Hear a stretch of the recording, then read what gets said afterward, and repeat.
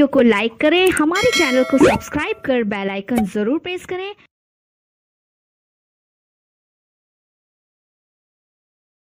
Hello everyone, welcome you to V2M classes. The Andhra Pradesh B.Ed first semester perspective in child development class ଚାଲୁ ଅଛି ଯୋଉଟା ହଉଛି ଆଜି marathon class ଫର ଦ unit 2 ଆଉ class 2 ମଧ୍ୟ ଯଦି ଆପଣ ଚ୍ୟାନେଲକୁ ପ୍ରଥମ ଥର ଭିଜିଟ୍ କରୁଛନ୍ତି ସବସ୍କ୍ରାଇବ୍ କରିନେବେ ଆଉ ବେଲ୍ ଆଇକନ୍ ପ୍ରେସ୍ କରିଦେବେ ଯେତେବେଳେ କୌଣସି ନୂଆ ଭିଡ଼ିଓ ଅପଲୋଡ୍ ହେଉଛି ଆପଣ ସର୍ବପ୍ରଥମେ ନୋଟିଫିକେସନ୍ ମାଧ୍ୟମରେ ପାଇପାରିବେ।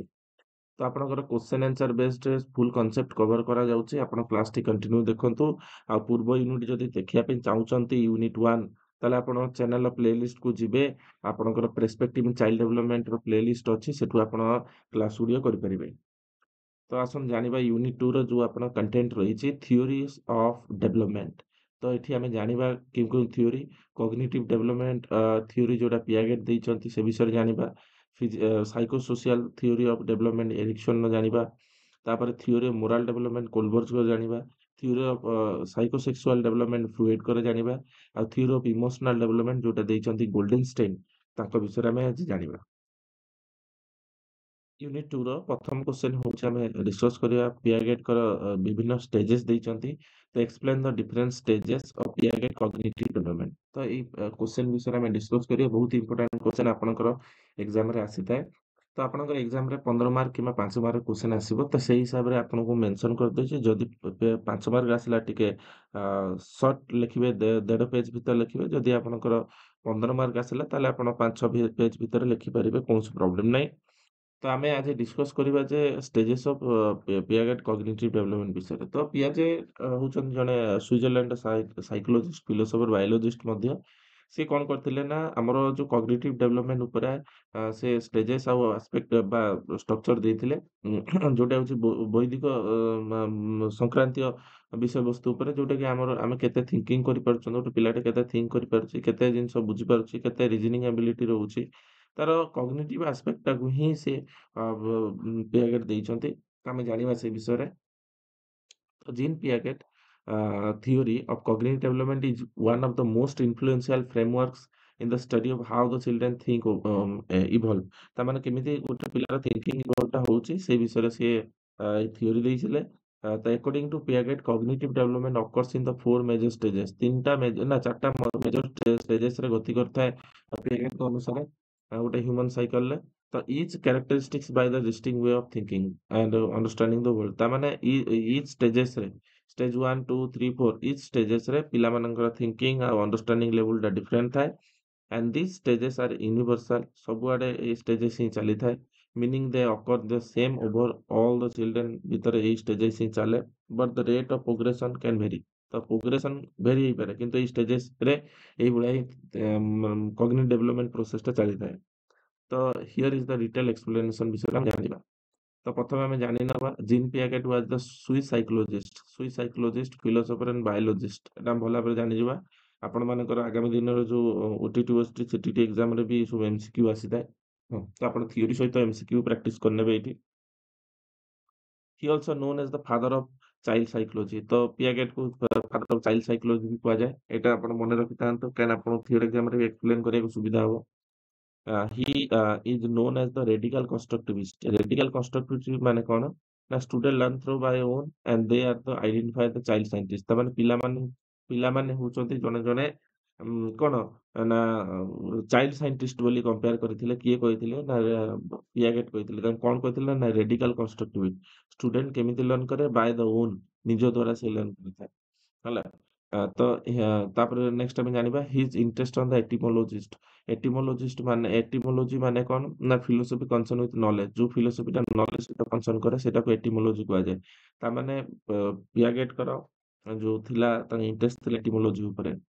gave the theory of series of stages। ସେ ଯେଉଁ ଥିଓରି ଦେଇଥିଲେ ତା ନାଁ ହେଉଛି ସିରିଜ୍ ଅଫ୍ ଷ୍ଟେଜେସ୍। ଆଜି ସେ ସିରିଜ୍ ଅଫ୍ ଷ୍ଟେଜେସ୍ ଗୁଡ଼ା ଡିସ୍କସ୍ କରିବା। He believed that everyone passed through the invariant sequence of four qualitative distinct stages। ତାମାନେ ପ୍ରତ୍ୟେକ ମଣିଷ ଚାରିଟା କ୍ୱାଲିଟେଟିଭ୍ ଡିଷ୍ଟିଙ୍ଗ ଷ୍ଟେଜରୁ ସେ ଗତି କରିଥାଏ ସେ ବିଷୟରେ ଆମେ ଜାଣିବା। ପ୍ରଥମ ଷ୍ଟେଜ ହେଉଛି ଆମେ ଜାଣିବା ସେନ୍ସରି ମୋଟର ଷ୍ଟେଜ। ତ ପିଆଗେଟ୍ଙ୍କର ଏଇ ଷ୍ଟେଜଟା କୁହାଯାଉଛି ସେନ୍ସରି ମୋଟର ଷ୍ଟେଜ ଯେଉଁଟାକି ଓଡ଼ିଆରେ ବି ଆମେ ଜାଣିବାକୁ ଚେଷ୍ଟା କରିବା ତ ସମ୍ବେଦୀକାରକ ପର୍ଯ୍ୟାୟ ବୋଲି କୁହାଯାଇଥାଏ ଏଇଟା ମନେ ରଖିଥାନ୍ତୁ ଯେଉଁଟାକି ହେଉଛି ବର୍ଥ ଏଇଟା ମନେ ରଖିଥିବେ। ତ ଆପଣଙ୍କ ଯୋଉ ସେନ୍ସରି ମୋଟର ଷ୍ଟେଜ୍ ବା ସମ୍ବେଦୀକାର ପର୍ଯ୍ୟାୟ ଯୋଉଟାକି ବର୍ଥ ଟୁ 2 ଇୟର ପର୍ଯ୍ୟନ୍ତ ଚାଲିଥାଏ। ଆମେ ଏଇ ବିଷୟରେ ଜାଣିବା ଏଇ ପିରିୟଡରେ କିପରି ତାଙ୍କର କଗ୍ନିଟିଭ୍ ବା ମେଣ୍ଟାଲ ଡେଭଲପମେଣ୍ଟ ହଉଛି ଏଇ ବିଷୟରେ ଆମେ ଜାଣିବା। ତ ସେନ୍ସରି ମୋଟର ଷ୍ଟେଜ୍ ମାନେ ଆପଣ ଯଦି ହଲକ ଥିଓରୀ ପଢିଥିବେ, ହଲକ ଥିଓରୀରେ ଯୋଉଟାକି ଆମେ କହୁଛନ୍ତି ଇନଫାନ୍ସି ଷ୍ଟେଜ୍ ବୋଲି ଆମେ କହୁଛନ୍ତି, ଶୈଶବ ଅବସ୍ଥା ବୋଲି କହୁଛନ୍ତି।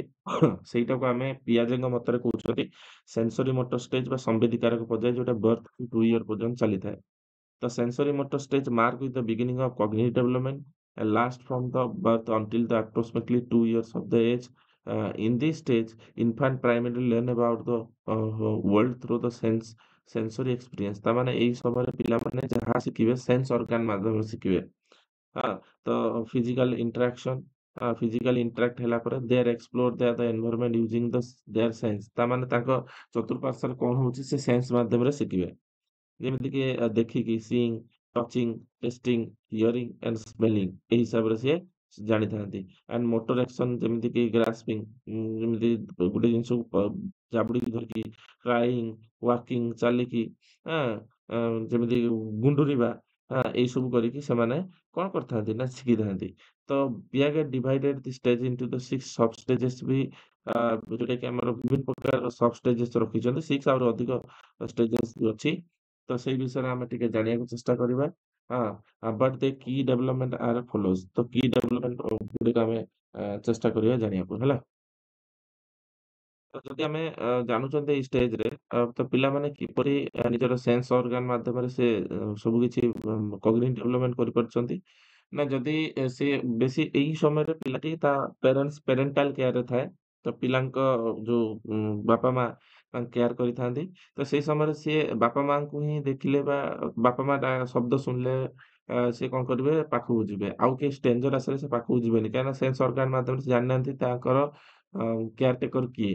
ଯେମିତିକି ମାଆଙ୍କର ରୁଣୁଝୁଣୁ ପାଉଚି ଶବ୍ଦ ଶୁଭିକି ସେ ଜାଣି ଯାଇଥାନ୍ତି ଯେ ଇଏ ହଉଛନ୍ତି ତା ମା ଆସିଲେ ବୋଲି, ବା ଡାକିଦେଲେ ସେ ଶବ୍ଦରୁ ଜାଣି ପାରିଥାନ୍ତି ଯେ ଇଏ ଆମ କେୟାର ଟେକର ବା ଆମ ନିଜ ପ୍ୟାରେଣ୍ଟସ ଡାକୁଛନ୍ତି ବୋଲି। ତ ଏଇ ସବୁ ଜିନିଷ ସେନ୍ସ ଅର୍ଗାନ ମାଧ୍ୟମରେ ସେମାନେ ଜାଣି ପାରିଥାନ୍ତି। ତ ଆମେ ଜାଣିବା ଫାଷ୍ଟ ହଉଛି କଣ ଏଥିରେ ଯୋଉଟା ଆମର କି ଫ୍ୟାକ୍ଟର୍ସ ଗୁଡା ଅଛି। ଅବଜେକ୍ଟ ପରମାନେନ୍ସି। ଅବଜେକ୍ଟ ପରମାନେନ୍ସି ଗୋଟେ ବଡ ଫ୍ୟାକ୍ଟର, ଏଟାକୁ ମନେ ରଖିଥାନ୍ତି। ଏଟା ହଉଛି ଇନଫାନ୍ସି ଷ୍ଟେଜରେ ହିଁ ଆପଣଙ୍କର ଯୋଉଟା କି ସେନ୍ସରି ମୋଟର ଷ୍ଟେଜରେ ହିଁ ହୋଇଥାଏ। ପିଲାଟି ଜନ୍ମ ହେଲା ପରେ 8 ମାସ ପର୍ଯ୍ୟନ୍ତ, ପାଖାପାଖି 8 ରୁ 15 ମାସ ପର୍ଯ୍ୟନ୍ତ ତାଙ୍କର ଅବଜେକ୍ଟ ପରମାନେନ୍ସି ଆସିନଥାଏ। କିନ୍ତୁ 8 ମାସ 15 ମାସ ଭିତରେ ତାର ଅବଜେକ୍ଟ ପରମାନେନ୍ସି ଆସି ଯାଇଥାଏ। ଷ୍ଟାର୍ଟ ହେଇଥାଏ। ଅବଜେକ୍ଟ ପରମାନେନ୍ସି ମାନେ କଣ ମୁଁ ତମକୁ ଏକ୍ସାମ୍ପଲ ଦେଇକି ବୁଝେଇ ଦଉଛି। ଯେପରିକି ଗୋଟେ ଅବଜେକ୍ଟକୁ ଯଦି ଆପଣ କଣ କରୁଛନ୍ତି, ଯଦି ପିଲାଟି ସେ ଅବଜେକ୍ଟଟା ବାରମ୍ବାର ଧରୁଛି କରୁଛି, ଆପଣ ତାକୁ ଲୁଚେଇବାକୁ ଚାହୁଁଛନ୍ତି, ତ ଆପଣ କହିବେ ଛାଟି ଦେଇକି ହାତଟା ସେ ଅବଜେକ୍ଟଟାକୁ ଧରିକି ପେନ୍ ହଉ କି ପାଟିରେ ପୁରଉଥିବ ପିଲାଟି, ତ ସେଟା ପାଟିରେ ନ ପୁରାଅ, ସେଥିପାଇଁ ତାକୁ ଧରିକି ଛାଟି ଦେଇକି କହିବେ ବାୟା ନେଇଗଲା। ଯଦି ପିଲାଟି ବା ତକିଆ ତଳେ ନୁଚେଇ ଦେଲେ, ପିଲୋ ତଳେ, ଯଦି ଆପଣ ପିଲାଟି ଖୋଜିଲା ଯେ ଜିନିଷଟା କୁଆଡେ ଗଲା, ତା ମାନେ ଜାଣିବେ ତାର ଅବଜେକ୍ଟ ପ୍ରତି ପରମାନେନ୍ସି ଆସିଯାଇଛି।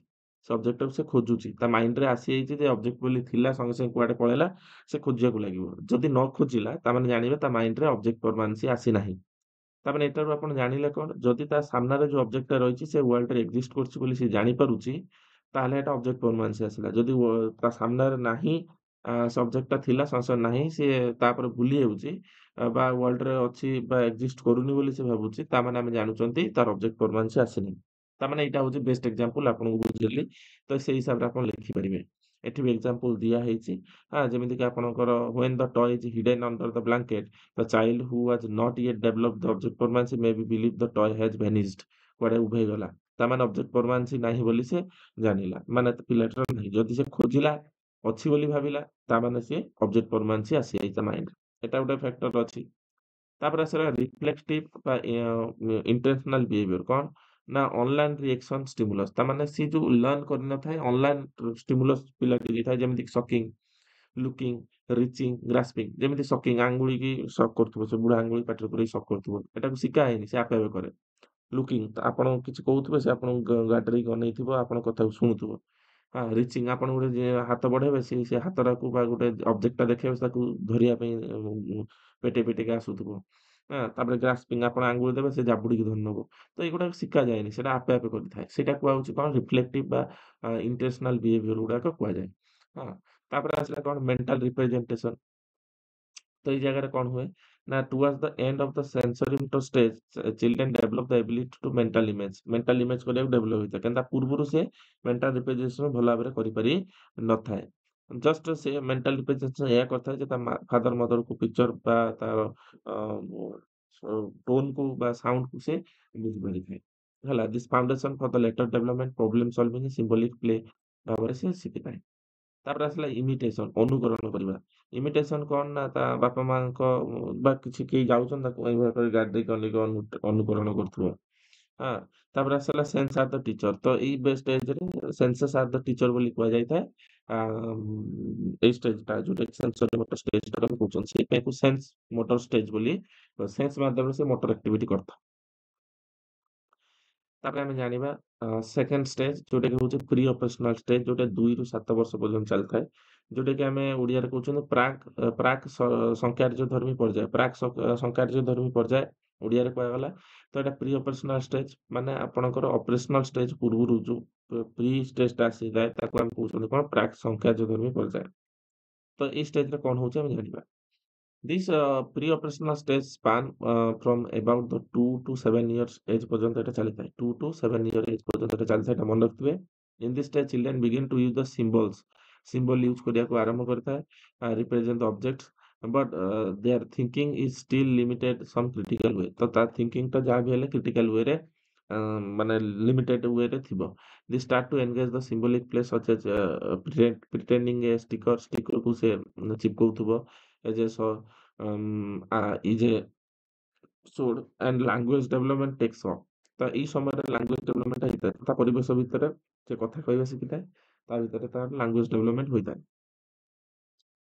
However, that the reasoning ability are not yet fully developed। ତାପରେ ତା ପାଖରେ reasoning ବା thinking, critical thinking ability ଟା develop ହେଇନଥାଏ। There are several key characteristics of this stages ଆମେ ଜାଣିବା। ତ characteristics କଣ, ଯେମିତି ଇଗୋସେଣ୍ଟ୍ରିକ ବିହେଭିୟର। ଇଗୋସେଣ୍ଟ୍ରିକ ମାନେ କଣ, ଅନ୍ୟମାନଙ୍କ ଦୃଷ୍ଟିକୋଣରୁ ସେ ବୁଝିପାରେ ନାହିଁ। ଅନ୍ୟମାନଙ୍କ ଦୃଷ୍ଟିକୋଣରୁ ବୁଝିପାରେ ନାହିଁ, ଆମେ ବୁଝିବା ଟିକେ ଏଇଟା। ଗୋଟେ ଏକ୍ସାମ୍ପଲ ମୁଁ ଆପଣଙ୍କୁ ଦେବି, ଗୋଟେ ବଢିଆ ଏକ୍ସାମ୍ପଲଟେ ଦଉଛି, ଏଟା ଆପଣ ପିଲାମାନେ କରନ୍ତି ବି। ଦେଖିବେ ଗୋଟେ ପିଲାଟେ ତା ସାଙ୍ଗ ଘରକୁ ଯାଇଛି ତା ମା ସହିତ, ଆଉ ଗୋଟେ ସାଙ୍ଗ ଘରକୁ ଯାଇଛି। ଛୋଟିଆ ପିଲାଟେ ତା ଘରକୁ ଆଉ ଜଣ ଘରକୁ ଯାଇଛି, ସେଠି ଦେଖିଲା ତାର ଏକ୍ସାକ୍ଟ ସେମ୍ ଖେଳନାଟେ ସେ ପିଲାଟି ଘରେ ଅଛି। ସିଏ କଣ କଲା, ସେ ଖେଳନାଟାକୁ ଧରିକି କହିଲା ଯେ ଏଇଟା ହଉଛି ମୋ ଖେଳନା, ମୁଁ ନେଇଯିବି।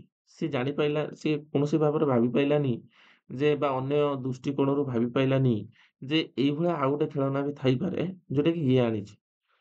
ତ ଏଇ ଯୋଉ ପ୍ରୋବ୍ଲେମଟା ବା ଏଇ ଯୋଉ ଥିଙ୍କିଙ୍ଗଟା ତା ପାଖରେ ନଥାଏ, ଯୋଉଟାକି ସେଇଟା କୁହାଯାଏ ଇଗୋସେଣ୍ଟ୍ରିକ ବିହେଭିୟର। ଯୋଉଟାକି ଅନ୍ୟମାନଙ୍କ ଦୃଷ୍ଟିକୋଣରୁ ସେ ବୁଝିପାରେ ନାହିଁ। ନିଜେ ଯୋଉଟା ବୁଝିଥିବ ସେଇଟା ହିଁ ବୁଝିଥିବ। ବୁଝିପାଇଲେ ତ? ଏଇଟା ହଉଛି ବେଷ୍ଟ ଏକ୍ସାମ୍ପଲ। ଆପଣ ଏଇଟାକୁ ମେନସନ କରିପାରିବେ। And they have difficult to understand the other may have different viewpoint and experience। ତା ମାନେ ଅଦର ମାନଙ୍କର ଯୋଉ view point ଅଛି ସେଇ ଭିତରୁ ବୁଝିପାରିବେ। ଧର ଆପଣ ମେଳା ଯାଇଛନ୍ତି ବୁଲିବା ପାଇଁ, ହେଲା, ପିଲା ଗୋଟେ ଛୋଟ ପିଲାକୁ ନେଇକି ଯାଇଛନ୍ତି ଏଇ ଏଜର 2 to 7 year ଭିତରେ। ତ ସେ ପିଲାଟି ଗୋଟେ ଖେଳନା ପାଇଁ ଜିଦ୍ କଲା, ତ ଆପଣ ତ ମନା କଲେ। ତ ସିଏ ସେଇଠୁ କଣ କଲା ନା ତଳେ ପଡିକି କାନ୍ଦିଲା। କିନ୍ତୁ ସେ ବୁଝିପାଇଲାନି ଯେ ଖେଳନାଟା କାହିଁକି ନେଇଦଉନାହାନ୍ତି। ପ୍ୟାରେଣ୍ଟସ୍ ପାଖରେ ମନିର ସର୍ଟେଜ ଥାଇପାରେ, କିମ୍ବା ସେ ଖେଳନାଟା ଭଲ ନୁହେଁ, ବା ଏଇଟା ଭଲ ଜିନିଷ ନୁହେଁ, ବା ତାକୁ ଆଭଏଡ, ବେଶୀ ଖେଳନା ଦେଲେ ସିଏ ଖେଳିବନି, ପାଠ ପଢିବନି, ଖେଳିବ ଖାଲି। ତ ଏଇ ଦୃଷ୍ଟିକୋଣରୁ ସେ ବୁଝିପାରେ ନାହିଁ, ତାକୁ ଖେଳନା ବାସ୍ ଦରକାର ମାନେ ଦରକାର।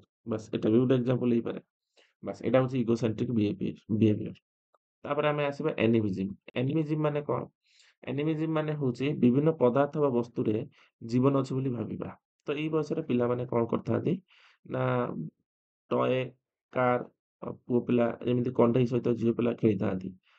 ତ ସେମାନେ କଣ୍ଢେଇ ସହିତ ଖେଳନ୍ତି, ସେ ଭାବନ୍ତି ଯେ କଣ୍ଢେଇ ଭିତରେ ଜୀବନ ଅଛି। ଯଦି ଆପଣ କଣ୍ଢେଇଟାକୁ ଟାଣି ଆଣିବେ କରିବେ, ସେ କାନ୍ଦିବ, କହିବ ମୋ କଣ୍ଢେଇକୁ କାଟିଲା, ବା କଣ୍ଢେଇକୁ ହର୍ଟ ହେଲା। ତ ଏଇ ପ୍ରକାର ଜୀବନ ଅଛି ବୋଲି ଭାବିବେ। ଯେମିତିକି ଆଉ ଗୋଟେ ବେଷ୍ଟ ଏକ୍ସାମ୍ପଲ ଦଉଛି, ଯେ ଗୋଟେ ପିଲାଟେ ଟେବୁଲ ପାଖରେ ଛିଡା ହେଇଛି, ବସିଛି, ଉଠି ପଇଲା, ତା ଟେବୁଲ ର କୌଣସି ଯୋଉ ବାହାରିଛି ଧାର ସେଟା ବାଜିଗଲା ତା ମୁଣ୍ଡରେ, ସେଠୁ କାନ୍ଦିବ। ଗୋଟେ ବଡ ଲୋକ ଆସି ଟେବୁଲଟାକୁ ଦି ଚାପୁଡା ପକେଇବ ବା ଟେବୁଲଟାକୁ ମାରିବ। ସେ ସେଇଠୁ କାନ୍ଦିବା ବନ୍ଦ ହେଇଯିବ। ସେ ଭାବିବ କଣ ନା ଟେବୁଲ ଭିତରେ ଜୀବନ ଅଛି, ମତେ ଯେମିତି କାଟିଲା ତାକୁ ବି ସେଇଭଳିଆ କାଟିଥିବ। ତ ଏଇ ପ୍ରକାର ଯୋଉ ଥିଙ୍କିଙ୍ଗଟା ଏଇ ବୟସରେ ଥାଏ। ତ ଏଇଟା ହଉଛି ଆମେ କହୁଛନ୍ତି ଆନିମିଜିମ୍ ବୋଲି। ଯୋଉଟା କି ଆମେ କହୁଛନ୍ତି ଅପରେସନାଲ ଷ୍ଟେଜରେ 2 ରୁ 7 ବର୍ଷ ଭିତରେ ଏଟା ଲକ୍ଷଣ ଦେଖାଯାଇଥାଏ। ତାପରେ ଲେକ୍ ଅଫ୍ କନଜର୍ଭେସନ ମାନେ ଚିନ୍ତନକୁ ବିପରୀତ ଭାବରେ ବଦଳାଇ ପାରିବ ନାହିଁ। ଯେମିତିକି ଆମେ ଭାବୁଛନ୍ତି କାଣ୍ଟ ଥିଙ୍କ ଆଇସ୍ ବିକେମ୍ସ ୱାଟର। ଯେମିତିକି ୱାଟରରୁ ଆଇସ୍ ହେଇଛି ସେ ଜାଣିଛି କିନ୍ତୁ ଆଇସ୍‌ଟା ୱାଟର ହବ ବୋଲି ସେ ଦିଗରେ ସେ ଭାବିପାରିବ ନାହିଁ। ଯେମିତିକି ଆପଣ ଧର 1ରୁ 10 ପର୍ଯ୍ୟନ୍ତ କହିବେ କହିବା ପାଇଁ ସେ କହିଦବ। କିନ୍ତୁ 10ରୁ 1 ପର୍ଯ୍ୟନ୍ତ କହିବେ ସେ କହିପାରିବ ନାହିଁ। ତ ଏଇ ପ୍ରକାର ଲକ୍ଷଣ ବି ଦେଖାଯାଇଥାଏ। ତାପରେ ଆସିଲା ସେଣ୍ଟ୍ରେସନ କଣ? In the stages child focus on the aspect of situation while the neglecting other important aspect. This is where they might focus on the height of the liquid rather than its width of the conservation। ତାମାନେ ସିଏ ଗୋଟିଏ ଦିଗରେ ସେ ଭାବିବ, ସେ ଆଉ କୋଉ ଏଙ୍ଗଲରୁ ଭାବିପାରିବ ନାହିଁ। ଯୋଉଟା ସେଣ୍ଟ୍ରେସନ କୁହାଯାଉଛି। ଆଉ ୱାନ୍ ଆସ୍ପେକ୍ଟକୁ ଚେକ୍ କରିବ ଆଉ ଅଦର ଆସ୍ପେକ୍ଟକୁ ଚେକ୍ କରିବନି। ହଁ, ତ ଏଟାକୁ ସେଣ୍ଟ୍ରେସନ କୁହାହଉଛି ବା ଆମେ କହୁଛୁ କନଜର୍ଭେସନ ବୋଲି ଆମେ ବି କହିପାରିବା। କିପରି? ନା କନଜର୍ଭେସନ ତା ମନରେ ଡେଭଲପ ହେଇ ନଥାଏ। ତ ସେଟାକୁ ଆମେ କହିପାରିବା ଲେକ୍ ଅଫ୍ କନଜର୍ଭେସନ ଆମେ ଏମିତି ବି କହିପାରିବା। ଯେମିତିକି ଆମେ କହିଲେ ଯୋଉଟାକି ଆମେ ଲେକ୍ ଅଫ୍ କନଜର୍ଭେସନ କହିଲେ ଯେମିତି ବିପରୀତ ଦିଗରେ ସେଭଳି ଆମେ ସେଣ୍ଟ୍ରେସନ କଣ? ଯେ ଗୋଟେ ଦିଗରେ ଭାବିବ ଆଉ ଗୋଟେ ଦିଗରେ ଭାବିପାରିବନି। ଲେକ୍ ଅଫ୍ କନଜର୍ଭେସନକୁ ବି ବୁଝଉଛି। ହେଲା? ତାପରେ ଇଣ୍ଟୁଇଟିଭ୍ ଥଟ୍। ଇଣ୍ଟୁଇଟିଭ୍ ଥଟ୍ ମାନେ କଣ? ଆଗରୁ କାହାକୁ ଡରିଲେ ପରେ ତାକୁ ଦେଖି ଡରିବା। ଧର ଆପଣ କେବେ ଏଇ ବୟସର ପିଲାଙ୍କୁ ଆଖି ଦେଖେଇ ଦେଇଛନ୍ତି, ଡରେଇ ଦେଇଛନ୍ତି ପୁରା। ସିଏ ଆପଣଙ୍କ ନାଁ ଶୁଣିଲା ମାନେ ଦୌଡିକି ପଳେଇବ। ଖାଉନାହିଁ, ତା ମା ତାକୁ କହିବ ଏଇ ଯାହାକୁ ଡରୁଥିବ ତା ନାଁ ଧରି କହିବ ଏଇ ତାକୁ ଡାକିବି ନା, ସେ ସଙ୍ଗେ ସଙ୍ଗେ ଖାଇଦବ। ତା ମାନେ ଇଣ୍ଟୁଇଟିଭ୍ ଥଟ୍ ହେଲା? ତା ମାଇଣ୍ଡରେ ଡରଟା ପ୍ରବଳ ଥାଏ ଏଇ ସମୟରେ। ତାପରେ according to Piaget child learn to think first and develop language later. ତାମାନେ ଏଇଠି ଗୋଟେ ବଡ କନସେପ୍ଟ ଅଛି। ଏଇଟା ବାରବାର ଏମସିକ୍ୟୁ ବି ଆସିଥାଏ। ତ ପିଆଗେଟଙ୍କ ଅନୁସାରେ ପିଲାମାନେ ପ୍ରଥମେ ଥିଙ୍କ କରିବାକୁ ଲାଗନ୍ତି, ତାପରେ ଲାଙ୍ଗୁଏଜ ଡେଭଲପମେଣ୍ଟ ହୋଇଥାଏ। କିନ୍ତୁ ଭାଇଗର୍ସକି କଣ କହିଛନ୍ତି? ଆଗେ ଲାଙ୍ଗୁଏଜ ଡେଭଲପମେଣ୍ଟ ଦେନ୍ ଥିଙ୍କିଙ୍ଗ। ଲେଟରଲି ସେଟା ଥିଙ୍କ ହୋଇଥାଏ। ତ ଓଲଟା କହିଛନ୍ତି। ବାସ୍। ତାପରେ ଏଇ ବୟସଟାକୁ ହଉଛି କ୍ରୁସିଆଲ ଷ୍ଟେଜ ଫର ଦ ଲାଙ୍ଗୁଏଜ ଡେଭଲପମେଣ୍ଟ। ଏଇ ବୟସରେ ଲାଙ୍ଗୁଏଜ ଡେଭଲପମେଣ୍ଟ ହୋଇଥାଏ। ତ ଆମେ ଜାଣିଛନ୍ତି 5 ବର୍ଷ ପର୍ଯ୍ୟନ୍ତ ଲାଙ୍ଗୁଏଜ ଡେଭଲପମେଣ୍ଟ ଭଲ ଭାବରେ ହୋଇଥାଏ। ତ ଏଇ ଷ୍ଟେଜଟା ବହୁତ ହି ଇମ୍ପୋର୍ଟାଣ୍ଟ ଲାଙ୍ଗୁଏଜ ଡେଭଲପମେଣ୍ଟ ପାଇଁ ଯୋଉଟାକି ନମ୍ ଚମ୍ସ୍କି ମଧ୍ୟ କହିଛନ୍ତି। ହେଲା? ତ ଇଏ ଗଲା ଆପଣଙ୍କର ପ୍ରି ଅପରେସନାଲ ଷ୍ଟେଜ। ତାପରେ ଆମେ ଆସିବା 3 ନମ୍ବର ଷ୍ଟେଜ ଯୋଉଟାକି ଆମେ କହୁଛନ୍ତି କଂକ୍ରିଟ ଅପରେସନାଲ ଷ୍ଟେଜ ଯୋଉଟାକି 7 ରୁ 11 ଇୟର ପର୍ଯ୍ୟନ୍ତ ଚାଲିଥାଏ। ଯୋଉଟାକି ଆମେ ଓଡିଆରେ କହୁଛନ୍ତି ସ୍ଥୂଳ ସଂକାର୍ଯ୍ୟଧର୍ମୀ ପର୍ଯ୍ୟାୟ ବୋଲି ଆମେ କହୁଛନ୍ତି।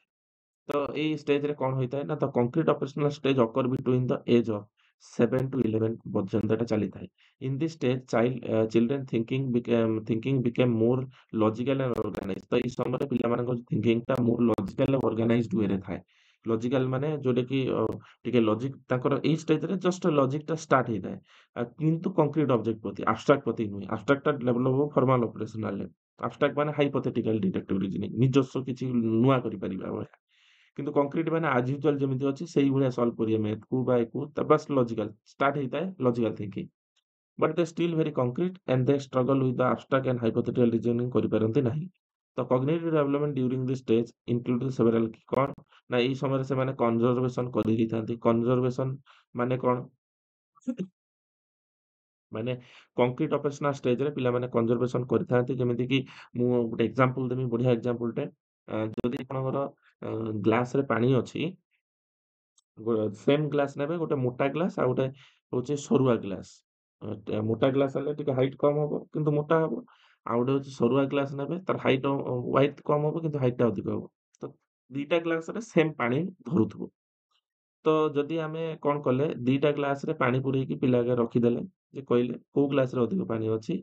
ଯଦି ପିଲାଟି କହିଲା ଯେ 2ଟା ଗ୍ଲାସରେ ସମାନ ଅଛି ତାମାନେ ତାର କନଜର୍ଭେସନ ଏବିଲିଟି ପଳେଇ ଆସିଛି।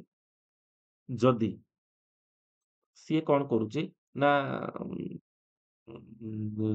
ଉଞ୍ଚା ଗ୍ଲାସରେ କହୁଛି ଅଧିକ ପାଣି ଅଛି ଆଉ ହାଇଟ୍ କମ୍ ବାଲା ହ୍ୱାଇଟ୍ ଗ୍ଲାସରେ କମ୍ ପାଣି ଅଛି। ତାମାନେ ତା ପାଖରେ କନଜର୍ଭେସନ ଏବିଲିଟି ଆସିନାହିଁ। ସେ ତା ପୂର୍ବ ଷ୍ଟେଜରେ ଅଛି ପ୍ରି ଅପରେସନାଲ ଷ୍ଟେଜ। ବୁଝିପାରିଲେ? ତାମାନେ ଏଇଟା ଗୋଟେ ଏକ୍ସାମ୍ପଲ ଆପଣ ଆରାମସେ ବୁଝିପାରିବେ। ତାପରେ ଆସିଲା କ୍ଲାସିଫିକେସନ ଆଣ୍ଡ ସିରିଏସନ। କ୍ଲାସିଫିକେସନ ମାନେ ଆପଣ ବିଭିନ୍ନ ପ୍ରକାର କଲରର ବଲ୍ସ ଦେଲେ ତାକୁ କହିଲେ ସେପାରେସନ କର ସେ କରିଦବ। ହଁ।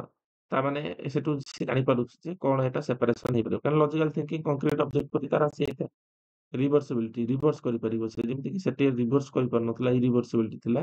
ଲେକ୍ ଅଫ୍ ରିଭର୍ସିବିଲିଟି ଥିଲା। ଏଠି ରିଭର୍ସିବିଲିଟି କରିପାରୁଛି। କଣ? ନା ସିଏ କଣ କରିପାରୁଛି?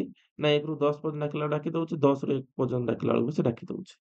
ତାପରେ ଏଇଠି ଲଜିକାଲ ଥିଙ୍କିଂ ଷ୍ଟାର୍ଟ ହୋଇଥାଏ। ଆମେ ଜାଣିଲେ ଯେ ଲଜିକାଲି କଂକ୍ରିଟ ଅବଜେକ୍ଟ ପ୍ରତି ଷ୍ଟାର୍ଟ ହୋଇଥାଏ। ତାପରେ ନେକ୍ସଟ ଷ୍ଟେଜକୁ ଆସିବା। ଏଟା ହଉଛି ଫର୍ମାଲ ଅପରେସନାଲ ଷ୍ଟେଜ ଯୋଉଟାକି ହଉଛି 11ରୁ ଆପଣଙ୍କର ଚାଲିବ ପୁରା ଓଲ୍ଡର ହେଲା ପର୍ଯ୍ୟନ୍ତ ଏଇଟା ଚାଲେ। ତାପରେ ଆଉ ଷ୍ଟେଜେସ୍ ବିଷୟରେ ପିଆଗେଟ୍ କହିନାହାନ୍ତି। ଓନ୍ଲି 4ଟା ଷ୍ଟେଜ ବିଷୟରେ କହିଛନ୍ତି। ଯୋଉଟା 11 ପରେ ପ୍ରି ଅପରେସନାଲ ଷ୍ଟେଜ ଚାଲେ ମଲା ପର୍ଯ୍ୟନ୍ତ। ତ ଏଟାକୁ ଆମେ ଓଡ଼ିଆରେ କହୁଛୁ ବିମୁକ୍ତ ସଂକ୍ରାନ୍ତି ପର୍ଯ୍ୟାୟ। तो इस स्टेज टा कौन ना formal operational stage being around the age of 11 and continuous in the adulthood पर्यंत चले in this final stage cognitive development individual can think abstractly एई जगह से abstractly पिला माने भाबी परिबे logically and systematically जोटा कि पूर्वरु नथिला this stage include the ability to perform the operation mentally without need of concrete object बिना से कोनोसी जिनिस को भाबी परिबे and it allow the more sophisticated form of reasoning ତ reasoning ଟାକୁ ନିଜସ୍ୱ ଟ୍ରିକ୍ ରେ ସେ ସଲ୍ଭ କରିବେ ଯେତେବେଳେ ନିଜେ କିଛି ନୂଆ ଇନଭେନ୍ସନ କରିପାରିବେ ନିଜେ କିଛି ନୂଆ ଜିନିଷ କରି ଦେଖେଇ ପାରିବେ ହାଇପୋଥେଟିକାଲ ହାଇଫାଇ ରିଜନିଂ ଗୁଡା ସଲ୍ଭ କରିପାରିବେ ଆବଷ୍ଟ୍ରାକ୍ଟଲି ଥିଙ୍କିଂ କରିପାରିବେ ତାମାନେ ଜାଣିବେ ଏଠି କବିତା ବି ଲେଖିପାରିବେ ଭଲ ଭାବରେ ତାମାନେ ଜାଣିଲେ ଯେ ଫର୍ମାଲ ଅପରେସନାଲ ଷ୍ଟେଜ କିନ୍ତୁ କବିତାଟାକୁ ଏଜ ୟୁଜୁଆଲ ପଢିକି ମୁଖସ୍ଥ କରି ରିପ୍ରେଜେଣ୍ଟ କରିଦବାଟା କୁହାଯାଉଛି ପ୍ରିୟ ଆମର କଂକ୍ରିଟ ଅପରେସନାଲ ଷ୍ଟେଜ ତ ଏଇଟା ହଉଛି difference between the concrete operational stage and formal operational stage ତ ଏଥିରେ ଲକ୍ଷ୍ୟ କଣ ଦେଖାଯାଇଥାଏ ପ୍ରଥମ ହଉଛି ଆବଷ୍ଟ୍ରାକ୍ଟ ଥିଙ୍କିଂ ପିଲାମାନେ ଆବଷ୍ଟ୍ରାକ୍ଟ ଥିଙ୍କିଂ କରିପାରିବେ